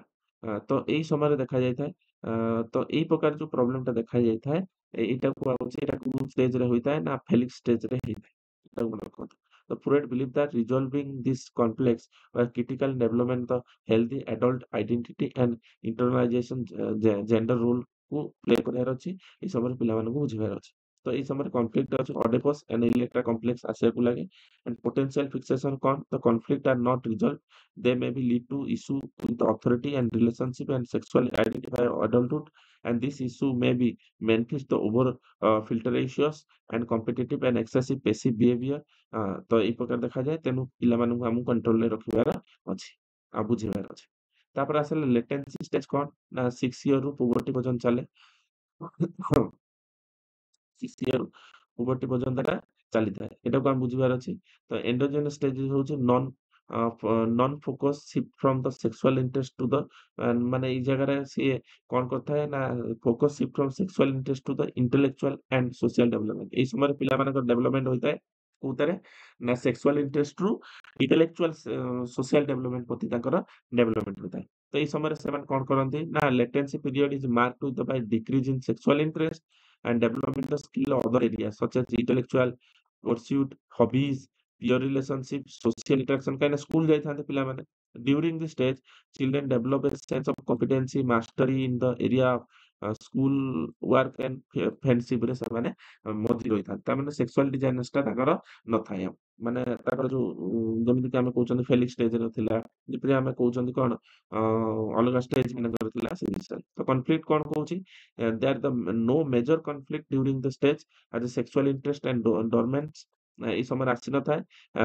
ଆଉ କଣ କୁହାଯାଏ potential fixation Freud did not specifically identify the fixation during the latency stage but unresolved the conflicts from the earlier stage and may still impact on the development of social skill and self esteem କୁ ସେ ବୁଝେଇଥାଏ। ତାପରେ ଜେନିଟିଆଲ stage ଆମେ କଣ କହୁଛନ୍ତି ଯୋଉଟା କି next ଆସିଲା ଜେନେଟିଆଲ stage ଆମେ କଣ କହୁଛନ୍ତି ନା ପୁବର୍ଟି ବା ଆଡଲ୍ଟହୁଡ ଷ୍ଟେଜ ଯୋଉଠି କି ଆମେ ଏଣ୍ଡୋଜେନିକ୍ ଷ୍ଟେଜ ବା ଜେନିଟିଆଲ ବା ରିପ୍ରଡକ୍ଟିଭ ଷ୍ଟେଜକୁ ବୁଝଉଛେ ଏଇ ସମୟରେ କଣ ନା the genital stage mark with the maturation of sexual interest ତାମାନେ ପିଲାମାନଙ୍କ ଭିତରେ ସେକ୍ସୁଆଲ ଇଣ୍ଟରେଷ୍ଟ ଆସିଥାଏ and which are the directed towards the opposite sex ପ୍ରତି ତାଙ୍କର ଡାଇରେକ୍ଟେଡ ହେଇଥାନ୍ତି and in the more mature ହେଇଥାନ୍ତି ସେମାନେ adult way ରେ ସେମାନେ behavior କରିଥାନ୍ତି this focus shift from the ability to form the intimate relationship form କରିବାକୁ ଚେଷ୍ଟା କରିଥାନ୍ତି engage the sexual intercourse ରେ ସେମାନେ involve ଥାନ୍ତି and leading to the potential for reproduction ସେମାନେ reproduction କରିବାରେ capability ହୋଇଯାଇଥାନ୍ତି। ତ ଏଇ ପିରିୟଡ ଟା କୁହାହଉଛି କଣ ନା ଜେନେଟିଆଲ ଷ୍ଟେଜ ବୋଲି ଆମେ କହୁଛନ୍ତି। ତାପରେ ଆମେ କଣ କହୁଛନ୍ତି Freud believe that individual who have successfully navigated their the early stage ଯଦି early stage ଟା ଭଲ ଭାବରେ ଚାଲିଛି ତାମାନେ ତା ପରବର୍ତ୍ତୀ ଷ୍ଟେଜ ଗୁଡାକ ଭଲ ଭାବରେ ଚାଲିବ। ଯଦି early stage ଗୁଡାକ ଭଲ ଭାବରେ ଚାଲିନି ଯଦି ତାକୁ ସେଇଭଳିଆ କେୟାର ଦିଆ ହେଇନି ବା ତାକୁ ଜଣା ଯାଇନି ତାମାନେ ଲେଟର ଷ୍ଟେଜ ଗୁଡାକ ବହୁତ ହି ପ୍ରୋବ୍ଲେମ ହବ। ତାମାନେ କଣ କହୁଛନ୍ତି development would experience the healthy sexual relationship and exhibit the mature and adult like behavior କରିବାକୁ ଚାହିଁବେ। However, the individual who had unresolved and conflict fixation from the other stage may be experience the difficulties and in forming the healthy adult relationship and engaging the satisfying sexual activity ଉପରେ ସେମାନେ satisfy ହେଇପାରିବେ କାହିଁକି ନା ଯେତେବେଳେ ଗୋଟେ early stage ଟା ଠିକ ଚାଲିଛି ସେକେଣ୍ଡ ତାପର ଷ୍ଟେଜ ଗୁଡାକ ଠିକ ହିଁ ଚାଲିବ। ତାପରେ କଣ କହୁଛି କନଫ୍ଲିକ୍ଟ କଣ the challenges during this stage is to be the balanced desire of sexual intimacy ତା ଭିତରେ ଗୋଟେ ବାଲାନ୍ସ ମେଣ୍ଟେନ କରିବାକୁ ପଡିବ with the ability to establish the meaningful and mature relationship build କରିବାକୁ ପଡିବ। ଆଉ ପୋଟେନସିଆଲ କଣ ଦିଆହେଇଛି ଫିକ୍ସେସନ ନା early conflict such as unresolved issue from the phallic ଷ୍ଟେଜରେ ଯୋଉ ଅନରିଜଲ୍ଭ ଇସ୍ୟୁ ଗୁଡା ଥିଲା ତାକୁ ବୁଝିବାର ଅଛି ହାଁ? ତ ଏସବୁକୁ ବୁଝିବାର ଅଛି ଯାହାଦ୍ୱାରା ପିଲାମାନଙ୍କ ଭିତରେ ଆମେ କଣ କରିପାରିବା ନା ସାଇକୋ-ସେକ୍ସୁଆଲ ଡେଭଲପମେଣ୍ଟଟା ଆମେ କରିପାରିବା। ହେଲା। ତାପରେ ହଉଛି କଣ ଫ୍ଲୁଇଡର କି ପଏଣ୍ଟ ସେଠି କଣ ଲିବିଡୋ କୁହାଯାଇଛି ଅଲରେଡି। ଲିବିଡୋ ମାନେ fluid believe that the libido is a sexual energy କୁ ବୁଝଉଛି। ଫିକ୍ସେସନ ମାନେ fixation occur when the individual becomes stuck ହେଇଯାଏ ସେ ଫିକ୍ସେସନ କରିବାକୁ ପଡେ। ରିପ୍ରେସନ fluid argued that depression, memorize or desire are true anxiety କୁ ବୁଝଉଛି। ତାପରେ ଡିଫେନ୍ସ ମେକାନିଜମ କିପରି ଆମେ ଭଲ ଭାବରେ ମେକାନିଜିମ କରିପାରିବା ଯେମିତି ଅନକନସିୟସ ଜିନିଷ ଗୁଡାକୁ କନସିୟସ ମାଇଣ୍ଡରେ ଭରିପାରିବା। ଯେମିତି ଆମେ କହୁଛନ୍ତି କଣ ଇ ଦିଗ ସୁପରିଗ କହୁଛନ୍ତି। ଇ ଦିଗ ସୁପରିଗକୁ ଆମେ ବୁଝଉଛନ୍ତି ଏକ୍ସାମ୍ପଲ ଡିଫେନ୍ସ ମେକାନିଜିମରେ ବୁଝୁଛନ୍ତି। ତାପରେ ଡିସିଜିମ୍ ବି କରାଯାଇଛି ବିଭିନ୍ନ କ୍ଷେତ୍ରରେ ଆପଣ ଏଠି ଦେଖିପାରିବେ ଭିଡିଓ ପଜ୍ କରିକି ଆରାମସେ ବୁଝିପାରିବେ। ଏଜୁକେସନାଲ ଇମ୍ପ୍ଲିକେସନ କଣ ଆର୍ଲି ଚାଇଲ୍ଡ ଏଜୁକେସନ ଦବା, addressing fixation of psychological health ଉପରେ ଦବା। ତ ଏଇ ଥିଲା ଆପଣଙ୍କର ଫ୍ଲୁଏଡ ଥିଓରୀ। ଆପଣ ଏଠି କନକ୍ଲୁଜନ ରହିଛି ଆପଣ ନିଜେ ଡିରାଇଭ୍ କରିବେ କିମ୍ବା ଆପଣ ଭିଡିଓ ପଜ୍ କରିକି ଏଠି ଆରାମସେ ପଢିପାରିବେ। ତାପରେ ଆମେ ନେକ୍ସଟ କ୍ୱେଶ୍ଚନ ପଢିବା 5 number question write the Goldenstein theory of emotional development. ଗୋଲ୍ଡେନଷ୍ଟାଇନଙ୍କର ଗୋଟେ ଥିଓରୀ ଅଛି ଆମେ ଇମୋସନାଲ ଡେଭଲପମେଣ୍ଟ ବୋଲି ଆମେ କହୁଛନ୍ତି। ଗୋଲ୍ଡେନଷ୍ଟାଇନଙ୍କର ଯୋଉ ଥିଓରୀ ଅଛି କେମିତି ଆମେ ଇମୋସନାଲି ଆମେ ପିଲାମାନଙ୍କୁ ଆମେ ଡେଭଲପ କରିପାରିବା। ତ Goldenstein theory of emotional development provide the comprehensive understanding of how the emotion develop and evolve the over time and particularly in the childhood particularly childhood ଭିତରେ କିପରି emotional development ହେଇପାରୁଛି। His theory focus on the role of emotion play in the overall psychological development over the persons emphasizes that the emotion are not only reactive to the external stimulus but also integral cognitive and social development କରିବା କ୍ଷେତ୍ରରେ ଯେମିତି cognitive ହଉ social development ହଉ ଏ କ୍ଷେତ୍ରରେ emotional development ବହୁତ ହି ସାହାଯ୍ୟ କରିଥାଏ। While Goldstein work in the less widely known as the compared to the theory figure like Erikson Piaget ଅନୁସାରେ ସେ ଗୋଲ୍ଡେନଷ୍ଟାଇନ ୱାର୍କଟା less widely ଚାଲିଥିଲା and his contribution to understanding the emotional development offering values insight and into the emotional maturation process infancy through the adulthood କିପରି maturation ଚାଲୁଛି emotionally ସେଇ ବିଷୟରେ ବୁଝଉଛି। ତ ଗୋଲ୍ଡେନଷ୍ଟାଇନ theory suggests that emotional development is process that the unfolding the stages and starting the basic emotional representation infancy and evolving towards the more complex and nonchalant and emotional experiences as a person mature। ତ person କେତେ mature ଅଛି ସେ ଅନୁସାରେ emotional development ଟା depend କରୁଛି। And this theory is grounded in the idea and the emotional growth and essential for the formation of healthy relationship and the development of personality and the capacity of for coping with the challenges throughout the life କେମିତି challenges throughout the life ମିଳୁଛି ସେ ବିଷୟରେ ବୁଝଉଛି। ତ ଗୋଲ୍ଡେନଷ୍ଟାଇନ stage emotional development ବିଷୟରେ କଣ କହିଛନ୍ତି ନା Goldenstein work primarily emphasizes the gradual sophistication and emotional process କୁ ବୁଝଉଛି ଗୋଟେ gradually କିପରି emotional ଟା develop ହବ and role of adaptation the environment ରେ ପିଲାଟି କିପରି ନିଜକୁ ଖାପ ଖୁଆଇ ଚଳିପାରିବ। His theory break down the emotional development into the several stages ରେ ଭାଗ କରିଛନ୍ତି। ହଁ ତ with the cognitive social and physical changes ଉପରେ ବି ସେ କହିଛନ୍ତି this stage help to explain the how the emotional response children ବା child evolve the interact with the caregiver interact ଆସିଲା ପରେ emotional କିପରି develop ହଉଛି ସାଙ୍ଗସାଥି ସହିତ peer ସହିତ ଆସିଲା ପରେ large environment ରେ ମିଶିଲା ପରେ ତାର କିପରି emotional develop ହଉଛି। ପ୍ରଥମେ ଆମେ ବୁଝିବା early infancy stage ରେ କିପରି develop ହଉଛି। ଯେମିତିକି ଆମେ କହୁଛନ୍ତି ବର୍ଥ ଟୁ 6 ମନ୍ଥ ଭିତରେ ଯୋଉଟା ଡେଭଲପମେଣ୍ଟ ହଉଛି ସେଟାକୁ ବୁଝେଇବା ଆମେ ଫାଷ୍ଟ ଆର୍ଲି ଇନଫାନ୍ସି ଷ୍ଟେଜଟା ଆମେ କହୁଛନ୍ତି।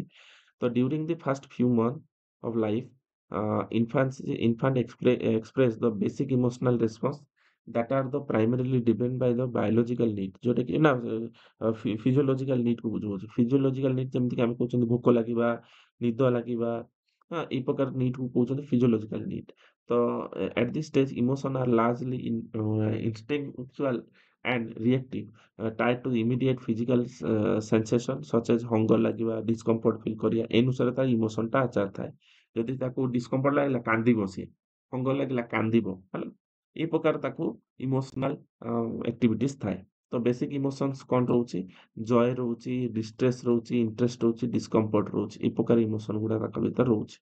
ସେଇ ସମୟରେ ବେସିକ କେୟାର ନେବା ଦରକାର ଫିଡିଂ କରିବା ଦରକାର ଭଲ ଭାବରେ ଖୁଆଇବା ଦରକାର ୱାର୍ମ ଉଷୁମ କରିବା ଦରକାର ଆଉ କମ୍ଫର୍ଟ ଦେବା ଦରକାର।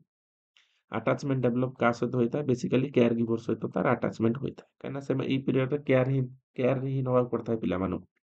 एजुकेशनाल इम्प्लिकेशन कौन ना अर्ली चाइल्डहुड एजुकेशन रे आमे पिलामानंकु किपरि केयर करिबा, एई विषୟରେ किपरि खाद्य दबा, हां एई सब विषୟରେ आमे जानिया दरकार। तापर आसिला सेकंड नंबर स्टेज रे कोन कहूची to attachment and bonding stage को आउची, जोटा 6 मंथ रो 2 ईयर पर्यंत थाए, जोटा attachment and bonding stage. As infant grow, their the cognitive ability increase ହେଇଯାଇଥାଏ and they begin to engage in the more complex emotional response ରେ ସେ engage ହେଇଯିବେ। This stage where the emotional development transit from the basic instinct to more relationship based emotion କୁ transfer ହେଇଥାଏ and particularly attachment ରେ ଥାଆନ୍ତି ସେମାନେ।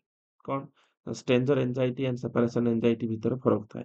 କଣ ନା around the 6 to 8 month babies begin to display sign of distress and separation from the primary care giver जो primary care giver जो बापा ना माँ थांती तांको प्राइमरी केयर गिवर ठारू से माने आउ सब अलगा केयर गिवर बा पाखु को अटैचमेंट रास्तांती when face the unfamiliar people जदि तांको घर भीतर अनफेमिलियर तो गाड़ी गुलोज करछन मारुछन छुआटाको तो से ता अटैचमेंट रे आसीबो नाही से पुराना प्राइमरी केयर गिवर पाखु दौड़ी पळेबो ता माँ पाखु तो इमोशनल रेगुलेशन एई समय पिलामानंकु करिया दरकार पिलामानंकु किपरि आपण केयर नेबे तो infant development they begin to show more awareness show करिया पड़िबो and own emotion the emotion other किपरि अदर इमोशन को शो करिया पड़िबो and they start to learn how to regulate the emotional response को रेगुलेट करि परिबो किपरि कामिंग रहिबो ए विषय रे पिलामानंकु जणाइबा बा रेगुलेट करिया पड़िबो तो एजुकेशनल इम्प्लिकेशन हम एया सिखिले जे ई बैच रे पिला नै स्टेज रे पिलामानंकु କିପରି ଆମେ କଣ୍ଟ୍ରୋଲ କରିପାରିବା ଏଠି ଲେଖା ବି ହେଇଛି ଆପଣ ଆରାମସେ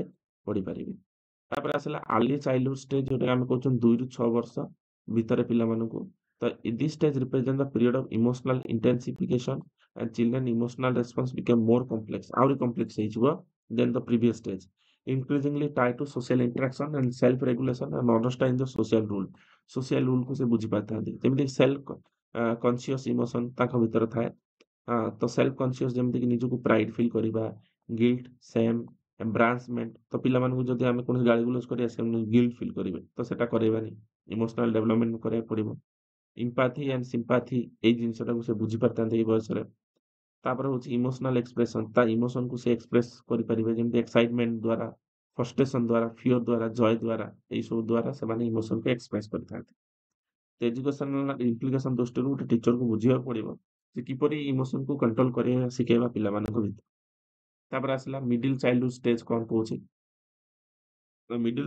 ଚାଇଲ୍ଡହୁଡ ଷ୍ଟେଜ ଯୋଉଟା 6 ରୁ 12 ବର୍ଷ ଭିତରେ ଥାଏ ହଁ ତ ଚିଲଡ୍ରେନ୍ ଏଣ୍ଟର ମିଡିଲ ସ୍କୁଲକୁ ସେମାନେ ଏଣ୍ଟର କରିଥାନ୍ତି emotional development became more sophisticated ଥାଏ at this stage they begin to develop the deeper understanding of their ଇମୋସନରେ ସେମାନେ ଡିପର ଅଣ୍ଡରଷ୍ଟାଣ୍ଡିଂ କରିଥାନ୍ତି how this emotion related to other people ପ୍ରତି ସେ ଇମୋସନଟା କିପରି ଥାଏ the complex emotion experience child begin to experience more nonsense emotion uh, and such as jealous feel କରନ୍ତି gratitude feel କରନ୍ତି embarrassment feel କରନ୍ତି and understand the cause of implication of the emotion କଣ problem ରହୁଛି ତାକୁ ସେ feel କରନ୍ତି social comparison भी feel करती सोशली केମିତି कंपेयर करा से भी जानी पारती एंड कॉपी मेकानिज्म कौन ना से प्रॉब्लम सॉल्विंग वे रे से कौन करिवो अलगा जनक इमोशन को भी से कॉपी करिवो आउ से कौन करिवो से द्वारा से निजर प्रॉब्लम को भी सॉल्व करने को चेष्टा करिवो आ इमोशन को डीलिंग करने को चेष्टा करिवो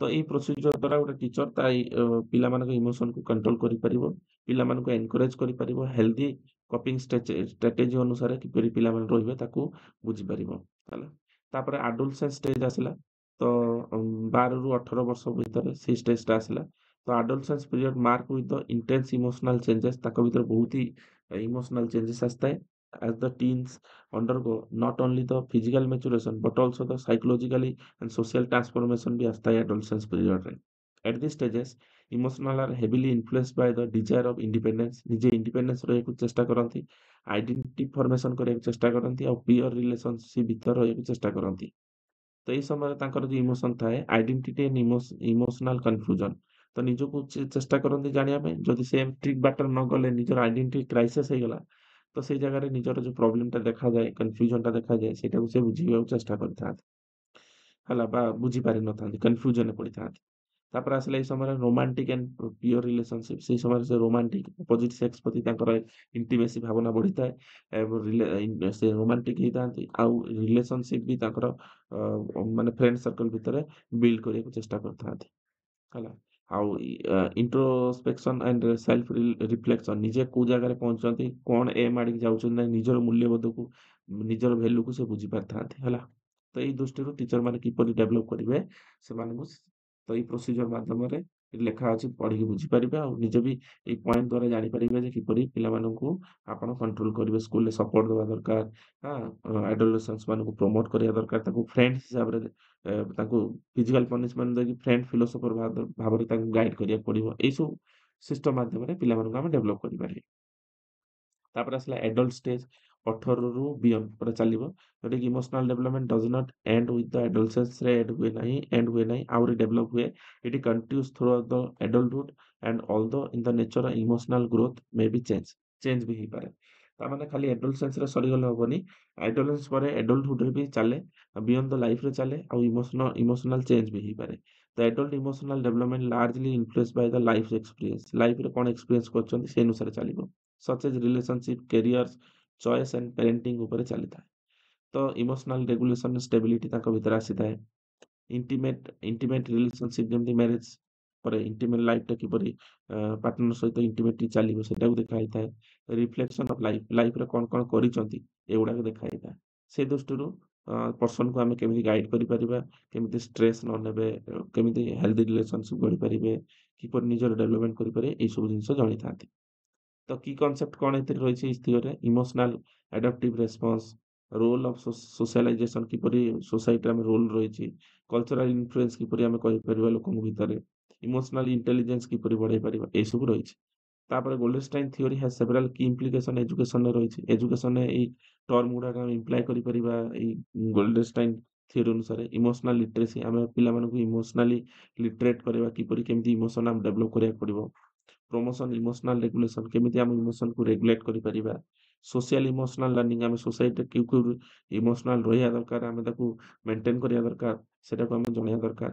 ଆଣ୍ଡ ସପୋର୍ଟ ଦ ଇମୋସନାଲ ଡିଫିକଲ୍ଟିଜକୁ କେମିତି ଆମେ ଏନଜାଇଟି ହଉ, ପ୍ରେସର ହଉ, ତାକୁ କେମିତି ହ୍ୟାଣ୍ଡେଲ କରିପାରିବା ତାକୁ ବିଷୟରେ ଆମେ ଜଣେଇ ପାରିବା। ତ ଏ ଥିଲା ଗୋଲ୍ଡେନଷ୍ଟାଇନଙ୍କ ଇମୋସନାଲ ଡେଭଲପମେଣ୍ଟ କନସେପ୍ଟ ବା ଥିଓରୀ। ଏଠି କନକ୍ଲୁଜନ ରହିଛି, ନିଜେ ଡିରାଇଭ୍ କରିବାକୁ ଚେଷ୍ଟା କରିବେ ଆଉ ଭିଡ଼ିଓକୁ ପଜ୍ କରି ମଧ୍ୟ ଆପଣ ଆରାମସେ ପଢିପାରିବେ। ତ ଏଇଟା ଥିଲା ଆପଣଙ୍କର ୟୁନିଟ୍ 2 ର ଏକ୍ସପ୍ଲେନେସନ। ଆଗାମୀ ଦିନରେ ଆମେ ୟୁନିଟ୍ 3 କ୍ଲାସ୍ ଡିସ୍କସ୍ କରିବା। ଆଜି ପାଇଁ ଏତିକି, ଧନ୍ୟବାଦ ସମସ୍ତଙ୍କୁ।